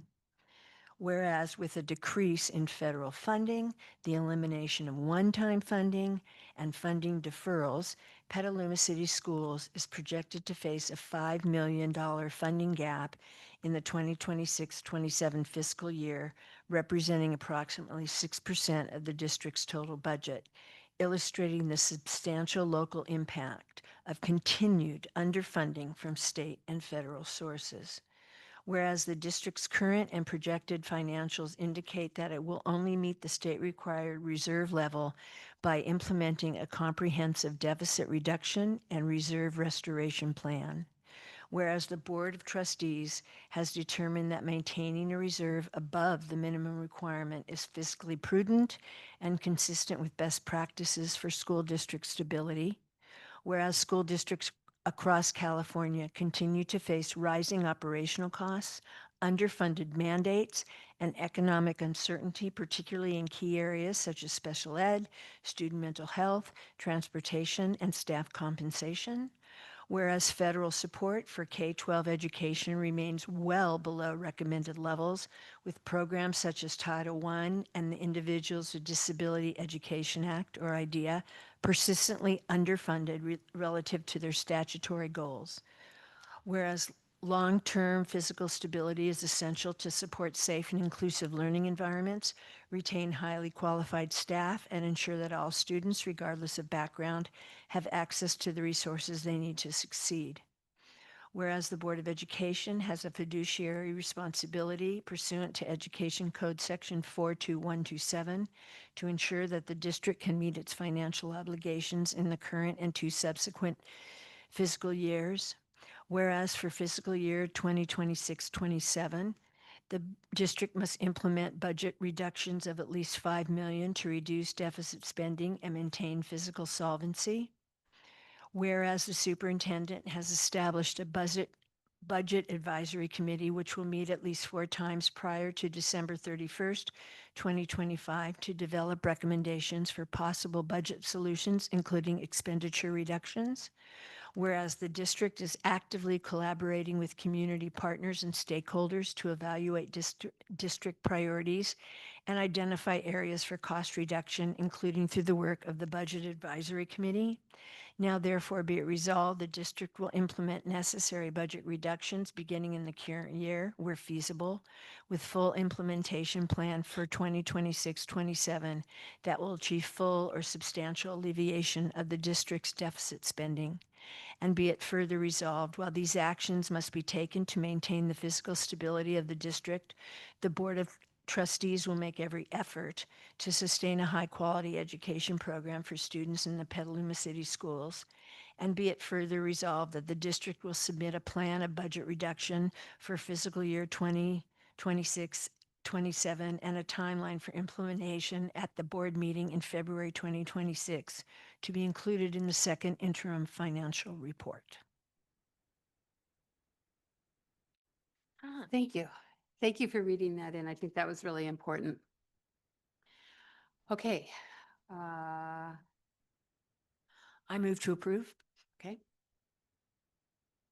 You second?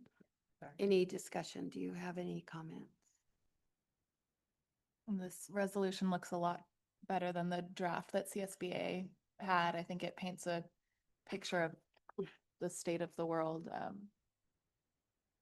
and reminds us all a lot of what Linda said. I don't know if she's still in the audience, that there's a lot of work we all have to do at the federal and state level. And I'm all, as a worker, not necessarily as a school board member, very down for a big general strike, but we would need people to support the teachers and the other unions in that. Thank you. Ryan? Yes, I want to thank the superintendent and Amanda and Joanna for helping talk through this. I think what is important to understand, and as someone who's the newest person on the board who wasn't here during the pandemic, is seeing the commitment from the kitchen cabinet, the superintendent, and the board members to have those positions. We see a 15% increase in student support to support our students coming out of the pandemic, and to extend those positions as long as possible under budgetary constraints. These are truly awful cuts that we have to start doing and thinking through. You see, I am reading all the comments, and thank you for making them, how impactful these positions have been. And we would like to continue as long as possible, so many of them. Unfortunately, this is the first round. We will do everything. I can promise I will do everything I can to figure out cost savings and ways that we can move forward to preserve as many of these positions as possible. So with that, I think you'll approve this resolution and move forward to the next discussion. Thank you. Thank you. You said it well. Thank you. I would only reiterate that the Budget Advisory Committee is open, and I encourage all of you to, if you can, well, not maybe all of you, as many as possible, to really get a, your ideas will matter at the advisory committee. So going forward, we have a motion. All those in favor? Aye. Aye. All those opposed? The motion passes. We have a resolution. We're going on to 14.2.3, budget reductions for 25-26. We need to have, we don't have the actual thing now. Yeah, I was going to ask Dave if he could Yeah, pull it back but- up on the screen.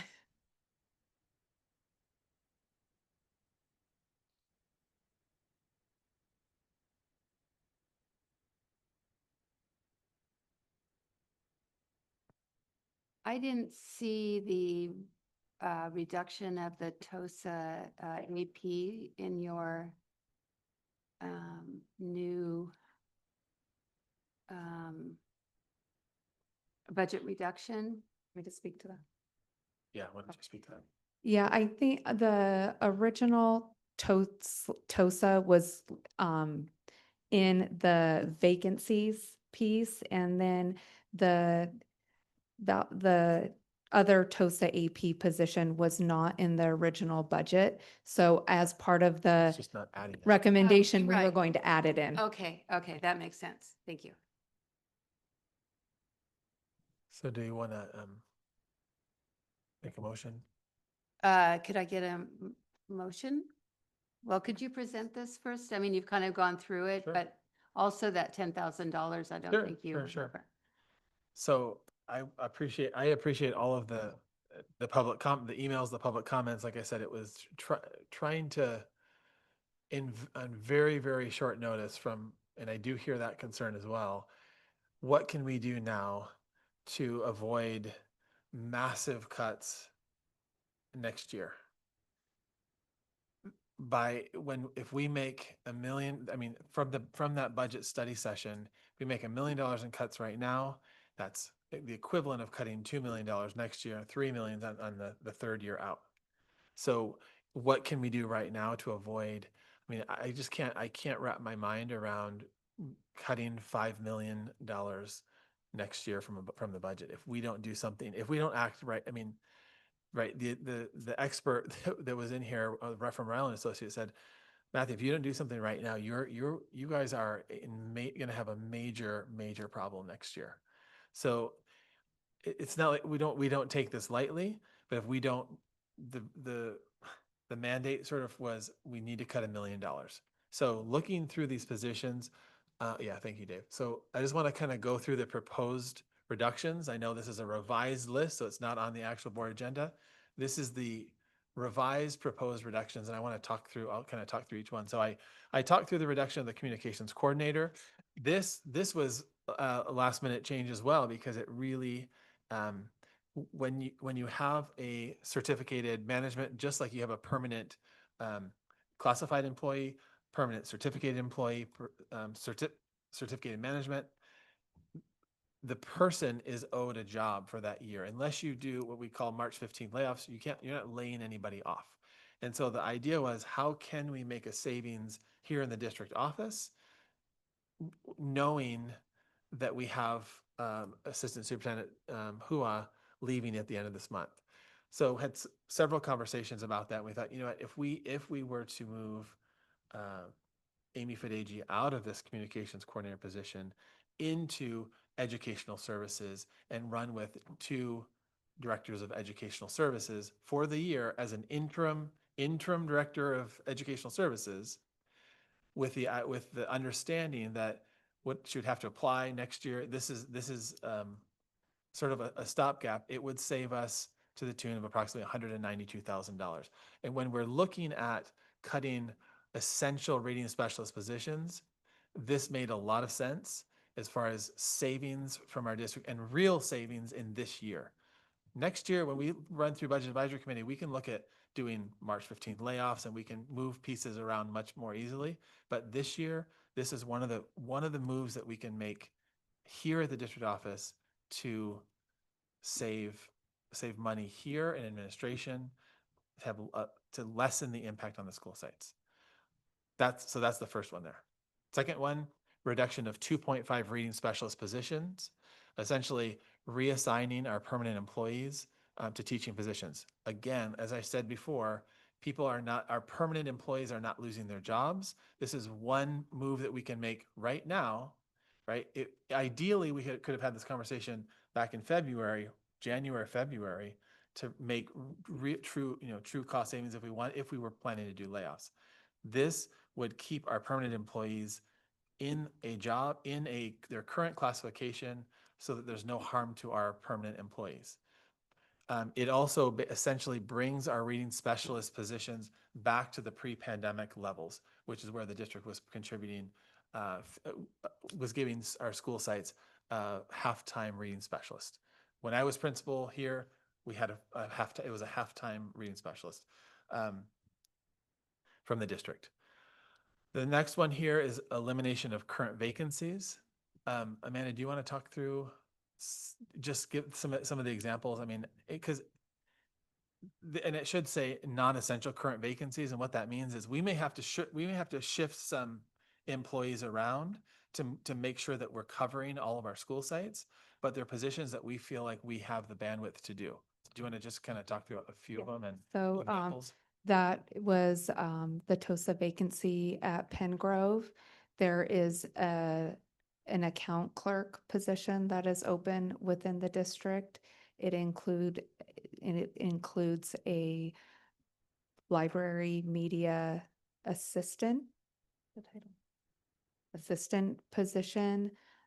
There was an additional kindergarten aide and a couple part-time student advisor positions. And so these aren't positions that, when we say, we're going to have to shift our staffing around to cover the school sites. It's not like, oh, your school site has a vacancy. We're just not going to provide you with any services. We're going to have to shift some people around, and that's okay because our permanent employees are going to maintain their jobs, their pay for the year.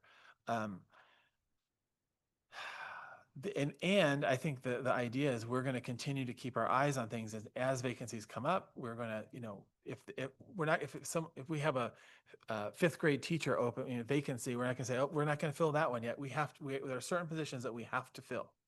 There are some positions where you can say, TK8 is another perfect example. We have to fill that. That's a requirement. There are some positions where we can say, we're going to float by and try and do our best to get through this together. The other one is the reduction of five federally funded sections. So at the comprehensive sites, we have every single comprehensive site, correct, Amanda, has at least one. Some have 4 or 5 federally funded sections. And the idea is, and this is what we do with master scheduling all the time, it's pulling one section and saying, hey, we're going to have to make do. Instead of X number of sections, you're going to have one less. And we're going to make it work, and we're going to make it work there. Adjustments to field trips.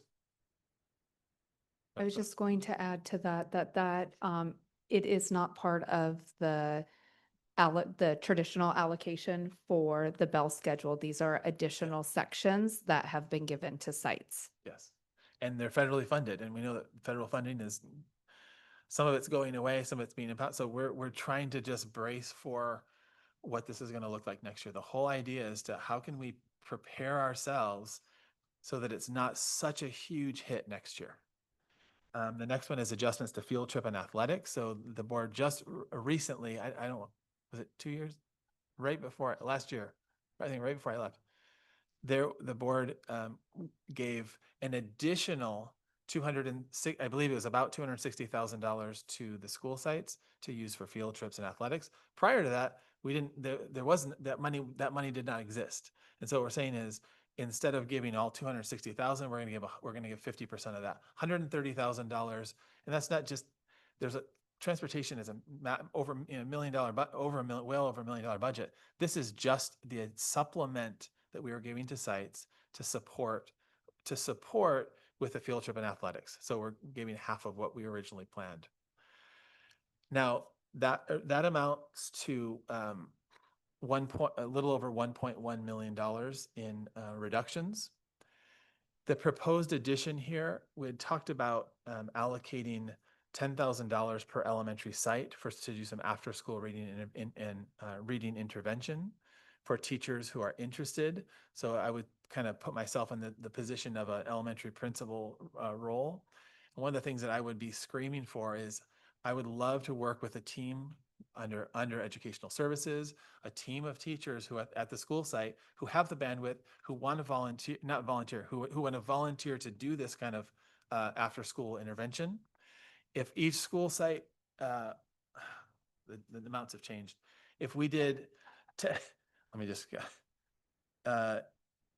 $10,000 per school site divided by $55 an hour, which is the hourly rate for teachers, would be about 180, almost 182 hours of intervention that we could work with a small group of teachers at the school site, target first, second, third graders, maybe fourth graders, and thank you, and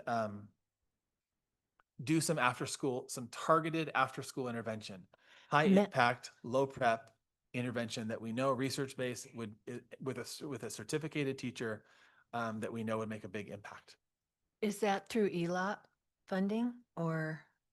Do you want to talk about because we could use supplemental restricted, So, though a lot of people heard in the governor's budget that there was an increase to ELOP funding, that was only for districts that are over 55% unduplicated count, meaning so we actually just received our allocation for this year, and we are receiving $140,000 less than last year.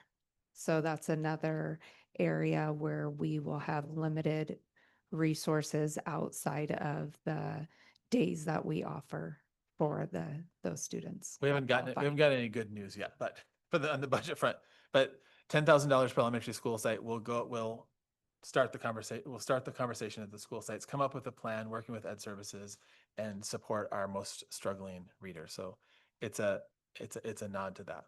So the total cost savings would be just about $1,050,000. So just over our target of $1 million, which would equate to $2 million cost savings next year. So instead of 5 million, we'd be looking at right around 3 million, which still sounds terrible. This is all terrible. All the comments from the public. Yes, no one wants to reduce our reading specialists. In fact, when we received one-time funds, the reason that we had 7, we went from 4 to 7, is because we saw the need and the students the reason that we added more mental health, the reason that we added all of these positions is because we saw the need in our students. The reason that we never had TOSA APs at school sites prior, and we're talking specifically about elementary. I'm talking about elementary school sites.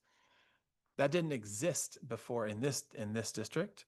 We added those because we saw the need. And so this is really looking at what was added with one-time funding from the federal government that we are not receiving anymore. And the board, the governing team's obligation to this district to remain fiscally solvent without looking at this financial cliff that's going to come the following year. So that's the revised recommendation. Any discussion before we move it? I don't know if I should say this for future business, but I mean, I was one of the biggest proponents of the field trips and athletic extra funds, just because as we look at the changing landscape of our demographics of our students, we see that close to 50% of our high school students are socioeconomically disadvantaged, and we were trying to provide more resources for them to participate in athletics. And one of the biggest barriers was transportation, as well as the safety issue. I'll speak for myself. I've been a parent in this district since 2017, and I had never been asked to fill out the parent emergency contact insurance. So I'm okay with us making this reduction and amending the transportation policy, as long as we are still keeping student safety at the forefront and making sure that parent drivers are actually being cleared, because that was not happening until last year across the district. So I'll just speak to that. It does concern me though, because it had been an issue forever. Yeah, just echo what everyone else says. These are not easy decisions. I'm furious at our government and our state. We're supposedly a state that cares about kids, and we withhold money for years. And then what do we expect to happen? So yeah, just appreciate everyone's work and time on this. Okay, anybody else? Ryan? So we've had a couple of mentions on the transportation policy. Can we dive into that just a little bit more? Are we going to be amending it? Of what timescales or what kind of proper notice? Are we going to delay it like 2 months or something like that? So again, parents have full engagement and updates, and we have time for folks to fill out the background and go through the background checks for the, any kind of change in policy. So just wondering what is the thought on moving forward on transportation policy changes. Yeah, so I think probably it would be best to bring it back to the next board meeting, at least as a discussion. A year ago, the district or the board implemented if it is with 22 miles or under, we allowed for parent drivers, or 21 miles and under. Over 22 miles, we require the use of either district vehicles, public transportation, or charter buses. So with that, we did increase the funding because, as somebody mentioned, the chartering the buses is probably between 8 and 1,200 per trip. We are in the process of still growing our transportation department. We do only have two large diesel buses. And outside of that, there are districts are just now implementing the electric buses. So we're starting to build a pipeline of being able to charge our buses at other sites. So that is another thing that we had hoped to have more places to charge. So we're not able to use our electric buses on very many trips. So I think all of that has played into needing to continue to charter buses, and a football game on a Friday for both schools, numerous buses. So there's just the costs have been extremely high, and the board was trying to implement a plan to help with the costs for athletic teams. The other thing that we did was we redid all of our field trip forms, our paperwork, and came up with a process to ensure that parent drivers have gone through the insurance check and license, and are on our DMV pool. So we do have a better process in place for checking those requirements than we did a year ago, that if the board chooses to change the mileage for parent drivers, that I think that we can work on communication with our school sites. But we did reduce this. Right now, it looks like we're reducing the transportation by about 50%. So that will give each site allocation for field trips to start the year, as we make changes to make sure anything field trips that are pre-scheduled, or if we have it determined if it's still over 100 miles. There are some state best practices for when to allow or not allow parent drivers overnight trips, ski excursions, and things like that. So I think bringing it to the next board meeting for discussion is probably the next best step.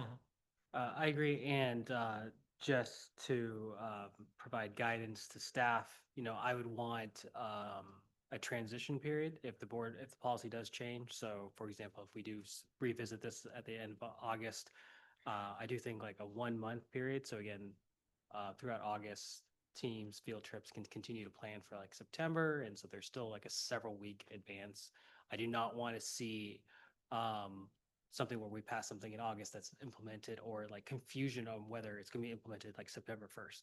So that's my one ask, and we start being clear to staff and folks that this is going to be revisited, but it will have at least a 1 month kind of like transition period.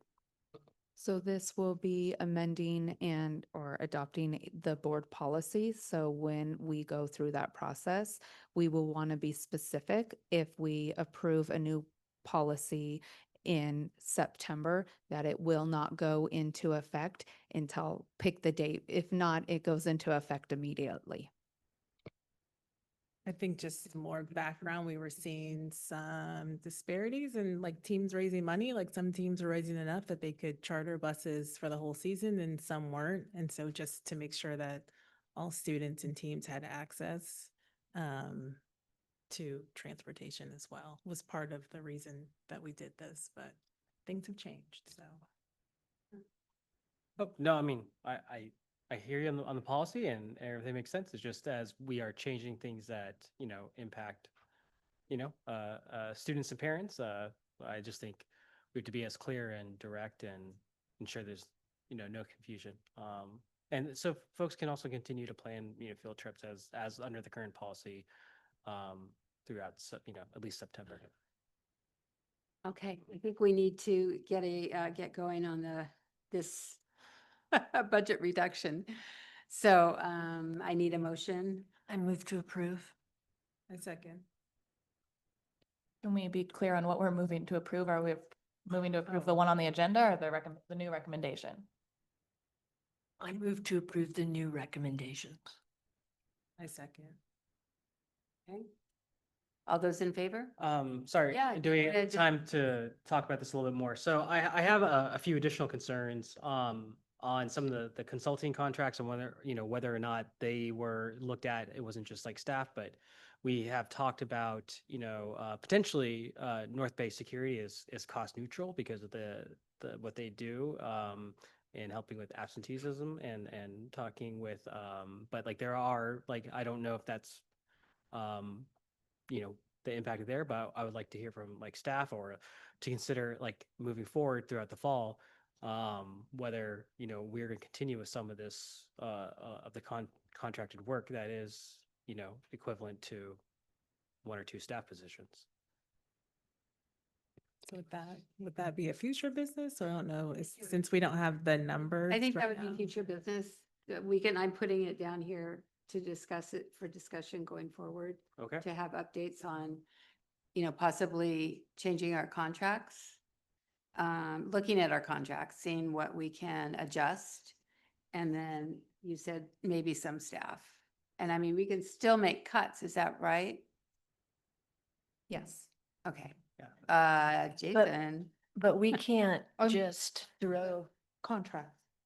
yeah, we can to the still make cuts contracts, of not to contracts. any Yeah. staff Yeah. members that are contracted, right? Yeah. Well, but We we still are can't- under the same restrictions as now. But we Yeah, can't- yes, I mean, if it's okay, just, I know that there was some concern and we've also, well, I think we all feel the concern about like the urgency around this. It is, yes, to the contracts. Also, the whole point about having positions for our current staff is that we're in a window right now where we can do that, where we have some contracts for our staff members that aren't finalized, where we can move our existing staff members in. So that's different than the Understand. contract. But isn't that a Understood. separate topic and it's not on the agenda? So we can't really, we can do it for future business, but we can't do it right now. Yeah, I think Jason's point I think maybe there was confusion if this could go to a future meeting. Any reductions that we make to current vacancies need to happen this evening so Jason can finish the contract piece of it. So I'm sorry if I misspoke. I was talking specifically to consulting contracts. Right. So I understand, like we are like weeks away from the start of the school year and we have a small opportunity to adjust some of the like hired staff. And I would like to, as we have to make some major cuts, but again, every cut that we make earlier in this year saves money, like again, 2 to 1 going into next year. So I would like to, as we did a deep dive or on actual staff, but like on the contracting out, I still want, that should be a quicker conversation for in the next, month or so. To again, see if we can get ahead of some of the additional like deeper cuts, that we would have to make in February next year. Thank you. Okay, right, we'll do that for future business for sure. All right, we have a motion on the floor for the revised budget reduction for 25-26. All those in favor? Aye. Hi. Any opposed? All right, the motion passes.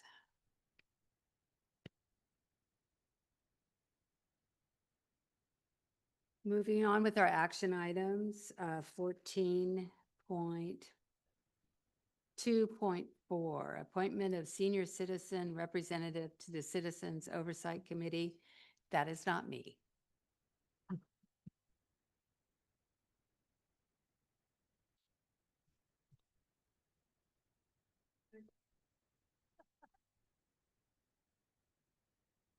I was trying to not giggle when the mic was on.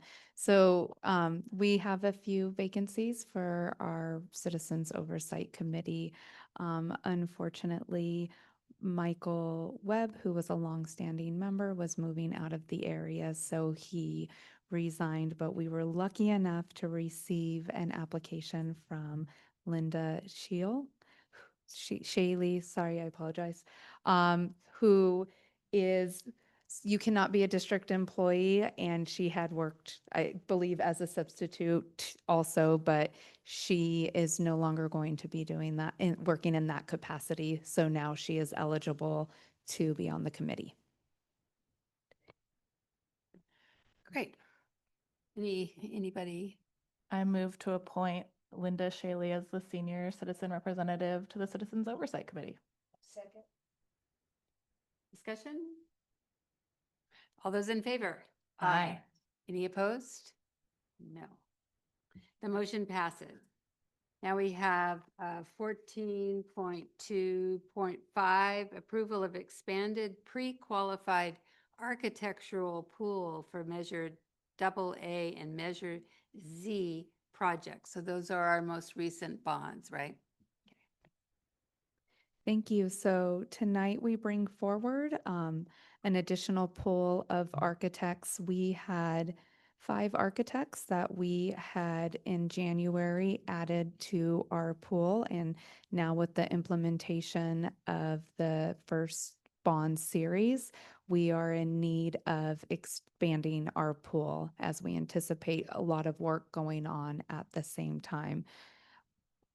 It's really, it's a fine line. You want to have enough architects that you can go out and you can get fair pricing and what you're looking for, but we don't want to have a pool so large that we have architects that we are not giving work to, because when they submit an RFP to be part of a pool, they are holding staff for that. So we determined with the program our size and a district our size that 10 is a fair number and will give us options and give architects that are in the pool work. So we opened our RFP and we actually received 23 responses, which was far more than we were. And we had grandfathered in the 5 that we already had, so they didn't need to resubmit. So on top of that, so we held interviews. We did have to postpone our interviews because it took us so long to get through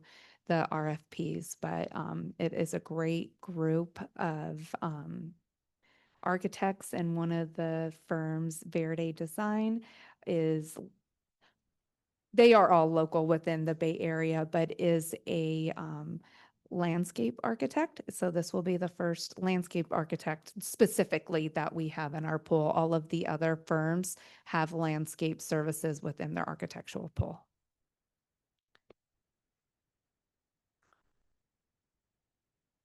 Thank you. I'm just looking over the list. So you have 10 altogether. So you had to choose 5 from that 23. So we had 23, we interviewed 8, and then of the 8 we interviewed, 4 were selected. We did not need to interview Verde because they were the only ones within their qualifications. So it was a pretty, so the word's not coming, but it was kind of, it was a good yeah, process. it was an honor for the fact that this many firms want to work with our district. Yeah. Who was on the interview committee? That's a great question. We had a representative from Educational Services, Maintenance and Operations, our capital facilities manager, myself, and Van Pelt as part of the new agreement. They actually ran the whole interview process, which was would amazing. So we're paying Yeah. them a lot of And they money. sat on it. Excellent, excellent. I'm glad. Okay, any other comments about this, Brian? Okay, I need a motion. I move to approve the expanded pre-qualified architectural pool. I'll second.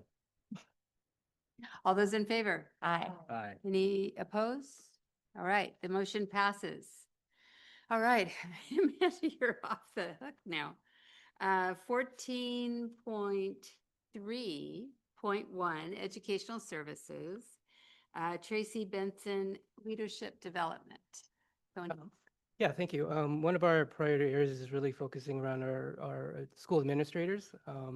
We know that effective and transformational leaders impact schools positively. This contract really begins a focus with our school leaders, and many of our school leaders are new. I don't think any of are in their current role have been there longer than about 3 years, maybe 4 years. I know it's not the great timing to bring in more contracts, but you know, the work is really important if we are to move our schools forward.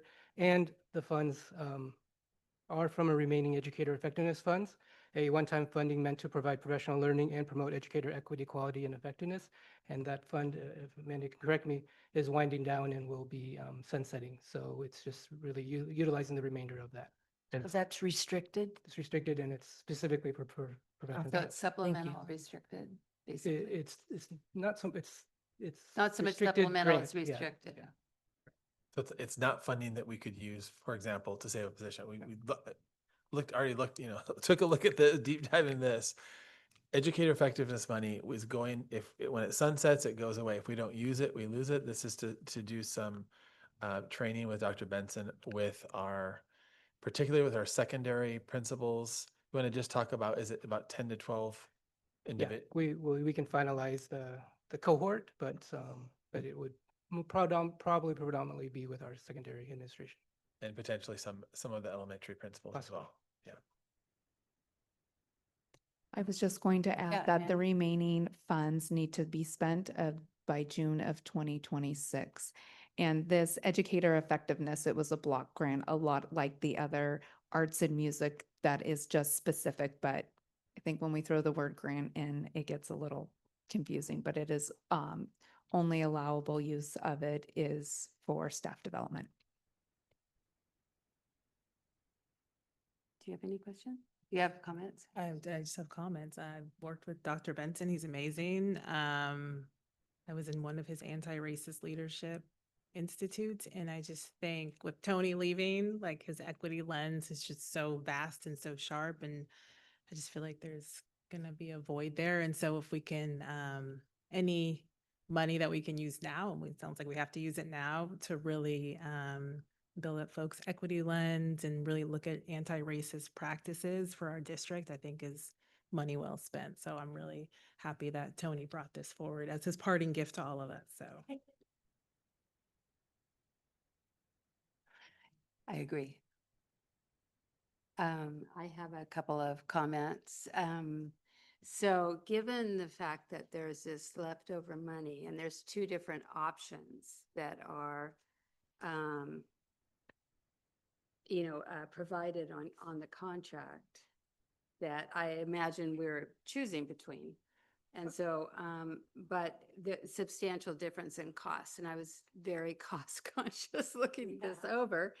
And so I was going to recommend just doing option one, which is one cohort. But it is only for 10 participants, and I don't know if that would be enough. So is there money to actually do the option two? I think originally our plan was just option one, Okay. based on what we. I think that seems like, my other comment was just that we've had two other organizations that have been doing these equity trainings. So I hesitate to give them a big contract, and let's see how this contract is Absolutely working. And I know that you guys have experience with them. And I did want to say that I trust you absolutely implicitly, Tony, in bringing this forward, because you've always championed creating an equity-focused district here. And your passion, your commitment to this is just going to be really sorely missed. So, I don't want to not do it, but I do have reservations just about the scope of it. But I have no reservations about you.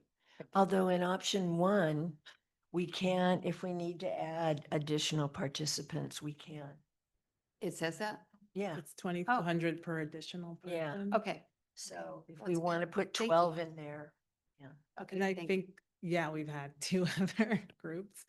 And I think the difference with this one is you get like to 10 sessions of anti-racist leadership coaching after the initial 4 leadership institutes. So it's really focusing on like a problem of practice that the administrator develops with the coach and works through to benefit, all the students in the district. So, or at least on their site, potentially the district of its district staff. It did seem very targeted and Mhm. very, very, like supportive. Yeah. And in that coaching piece, Mhm. there wasn't like a ton of Zoom and, Right. Maddie, I also kind of had the same thoughts that you had of like, again, we need to do this, but then we have so many new admin that we do need to do it again. At budget adoption, our estimated actuals for educative effectiveness was a remaining balance of $163,000. Well, that answers that question. Okay, perfect. So did you have any comments about it? Okay, Caitlin, okay. So I think I need a motion and choosing option 1, I believe. I move to approve the contract using option 1. All those in favor? Aye. Aye. Any opposed? The motion passes. Are we going to be involved in that at all, Tony? Huh? No, no. But just add me. Okay, moving on.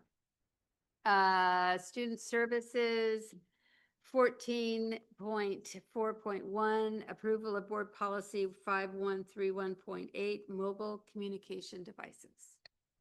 Okay, so this is our new board policy that puts in the timeline for our phone-free environments across TK-12, starting in the 26-27 school year, and continuing the practices that we have in place at the sites for TK through 12 and 25-26. Okay, thank you.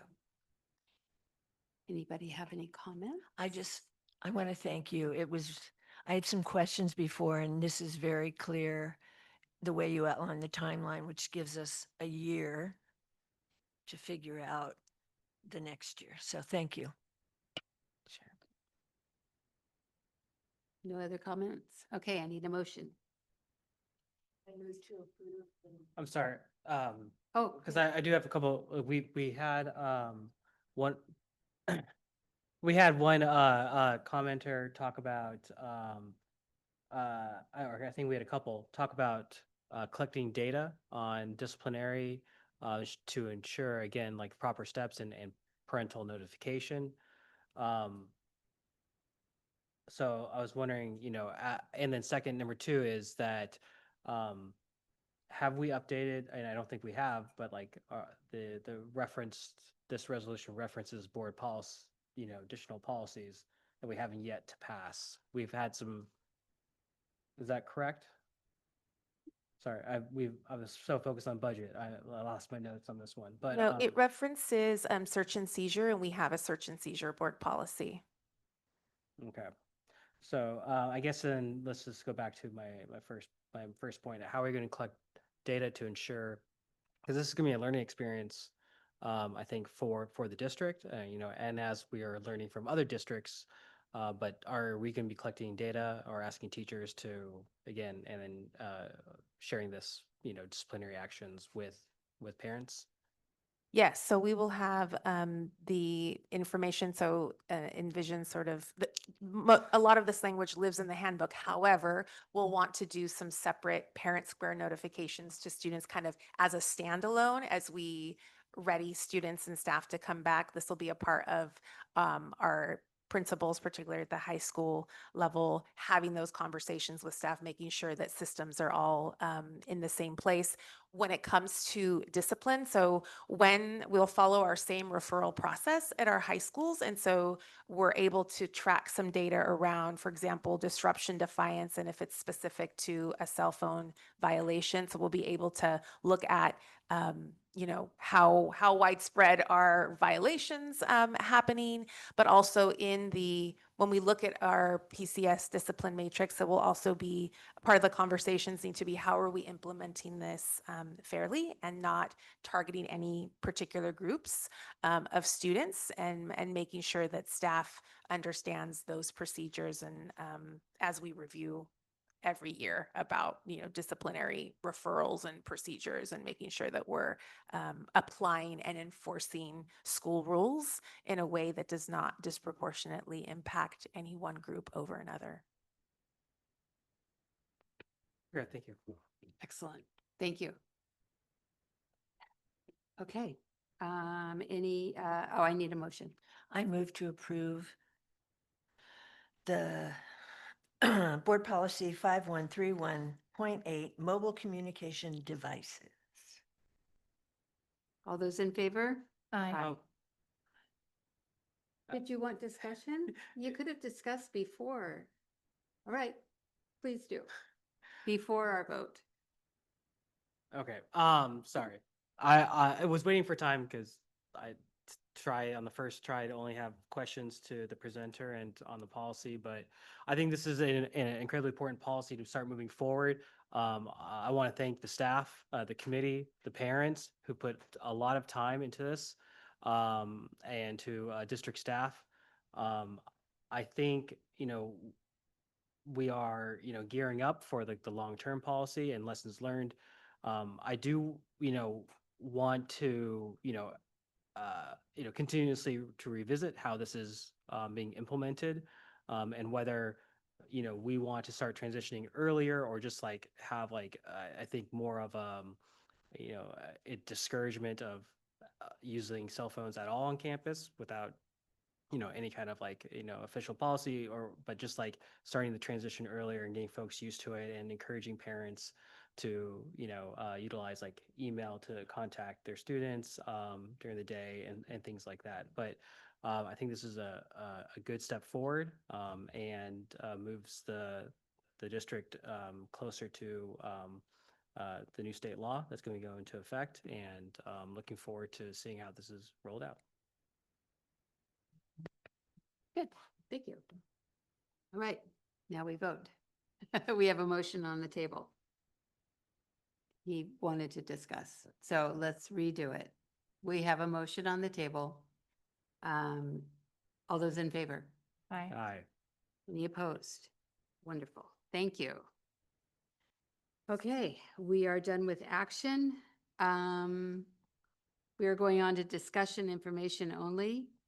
The Williams Settlement Quarterly Uniform Complaint Report for April 1st, 2025 through June 30th, 2025. Jason. So we report on this every quarter, and this is for April 1st through June 30th, and we had no complaints. Yay. Is it really only every quarter? Yeah, this seems like more. Okay, so our 16.1.2, this 2025 CSBA conference attendance.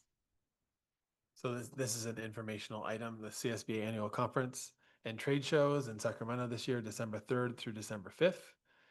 Past years, several board members have gone to the conference. The cost per attendee is about $1,350 for the conference registration and hotel.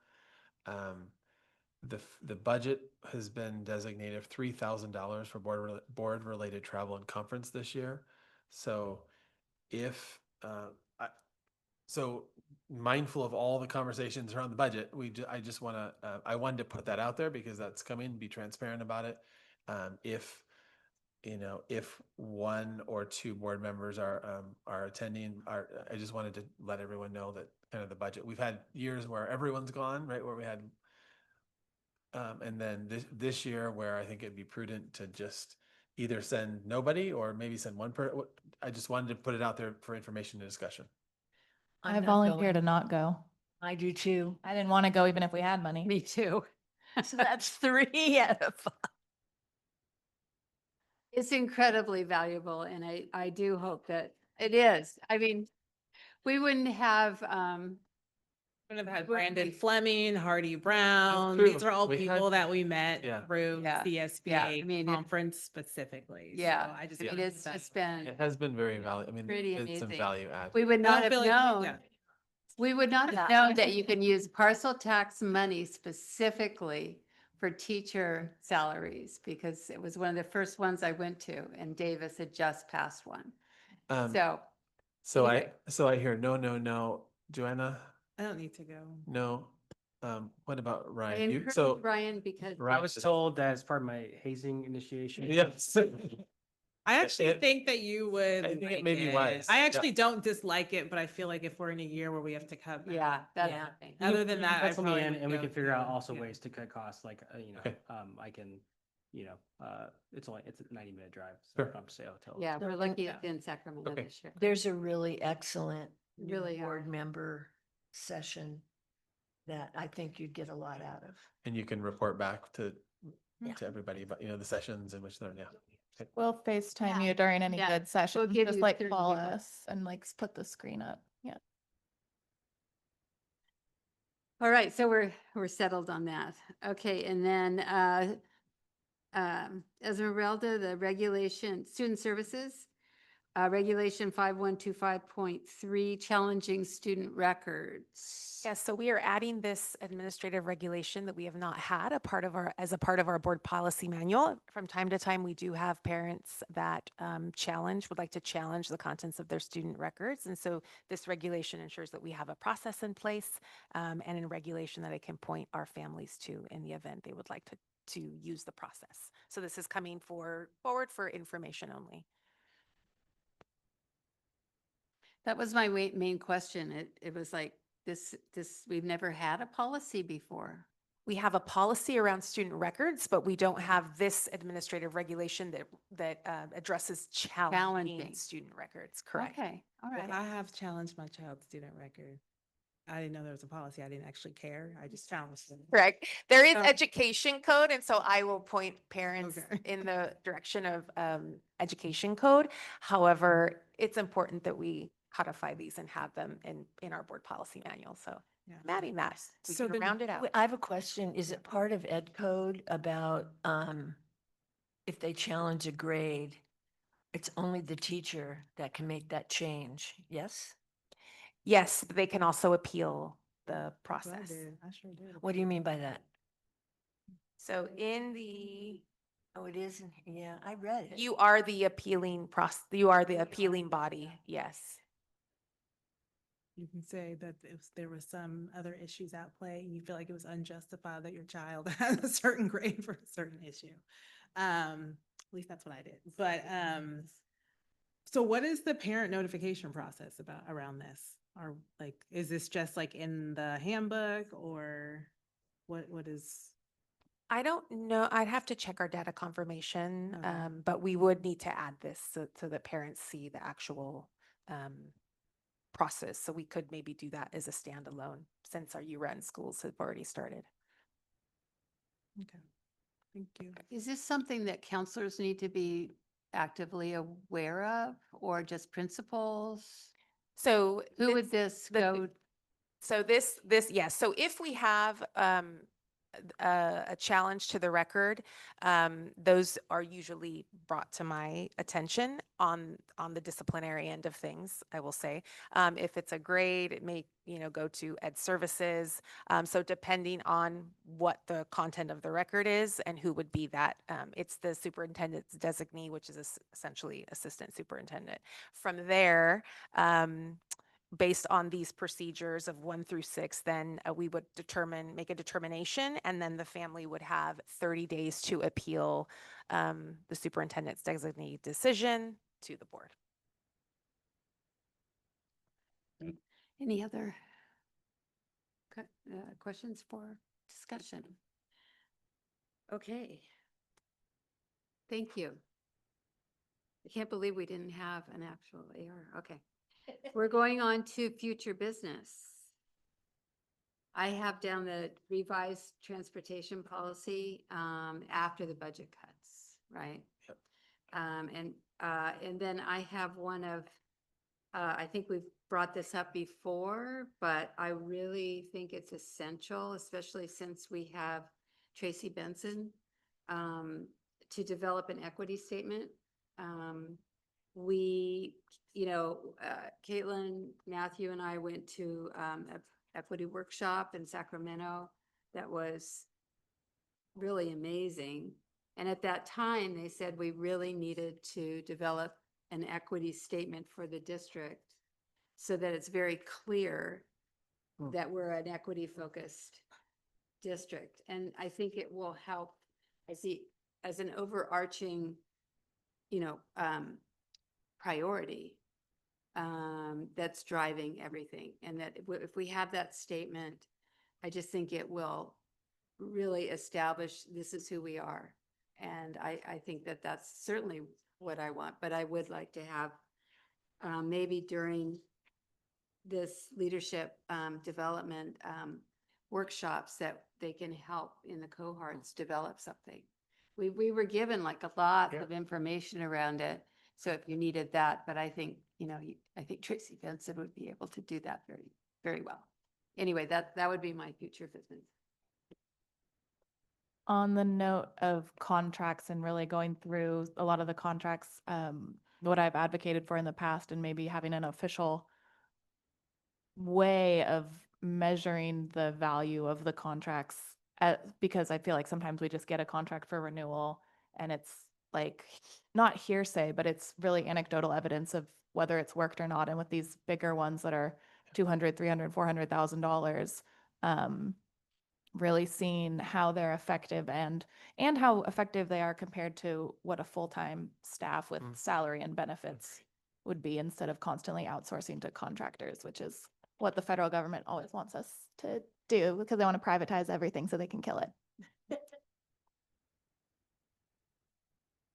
On that front, also which contracts like this semester are ones that we can void or cancel versus ones that we have to, and then have a review of those particular ones and see, again, just like we did with staff, but have that hard conversation with the board and with the public, whether, we continue these particular, contracts versus what Caitlin was saying as they come up for renewal, measuring what the contract was and the expectations and how they performed on the contract.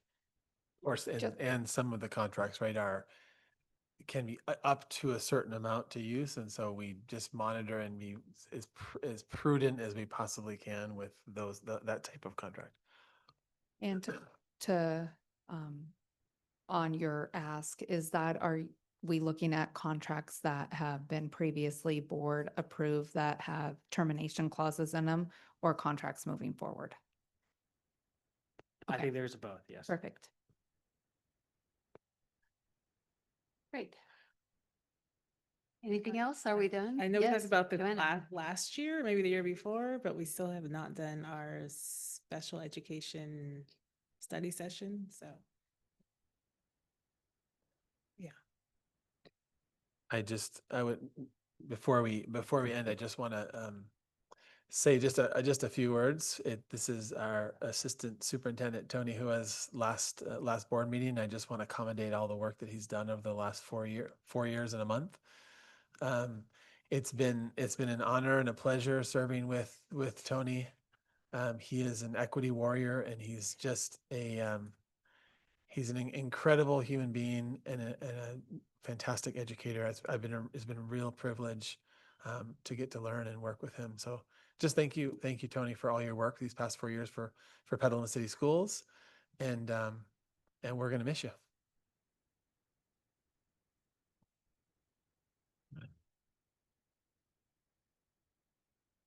Thank you. I have no words to say everything I want to say, but I just have deep gratitude for all the love and welcome and support you've given me these last 4 years. it's been a complete honor working here, and I hope that I've added as much value and meaning as you've all added to my life. So, yeah. So, there's a saying, there are last things and things that last, and my love for PCS is both. So, thank you all. Thanks, Tony. Thank you, Tony, and thank you for always talking me off the edge of it. Really, your kindness was always, just a great reminder. Thank you.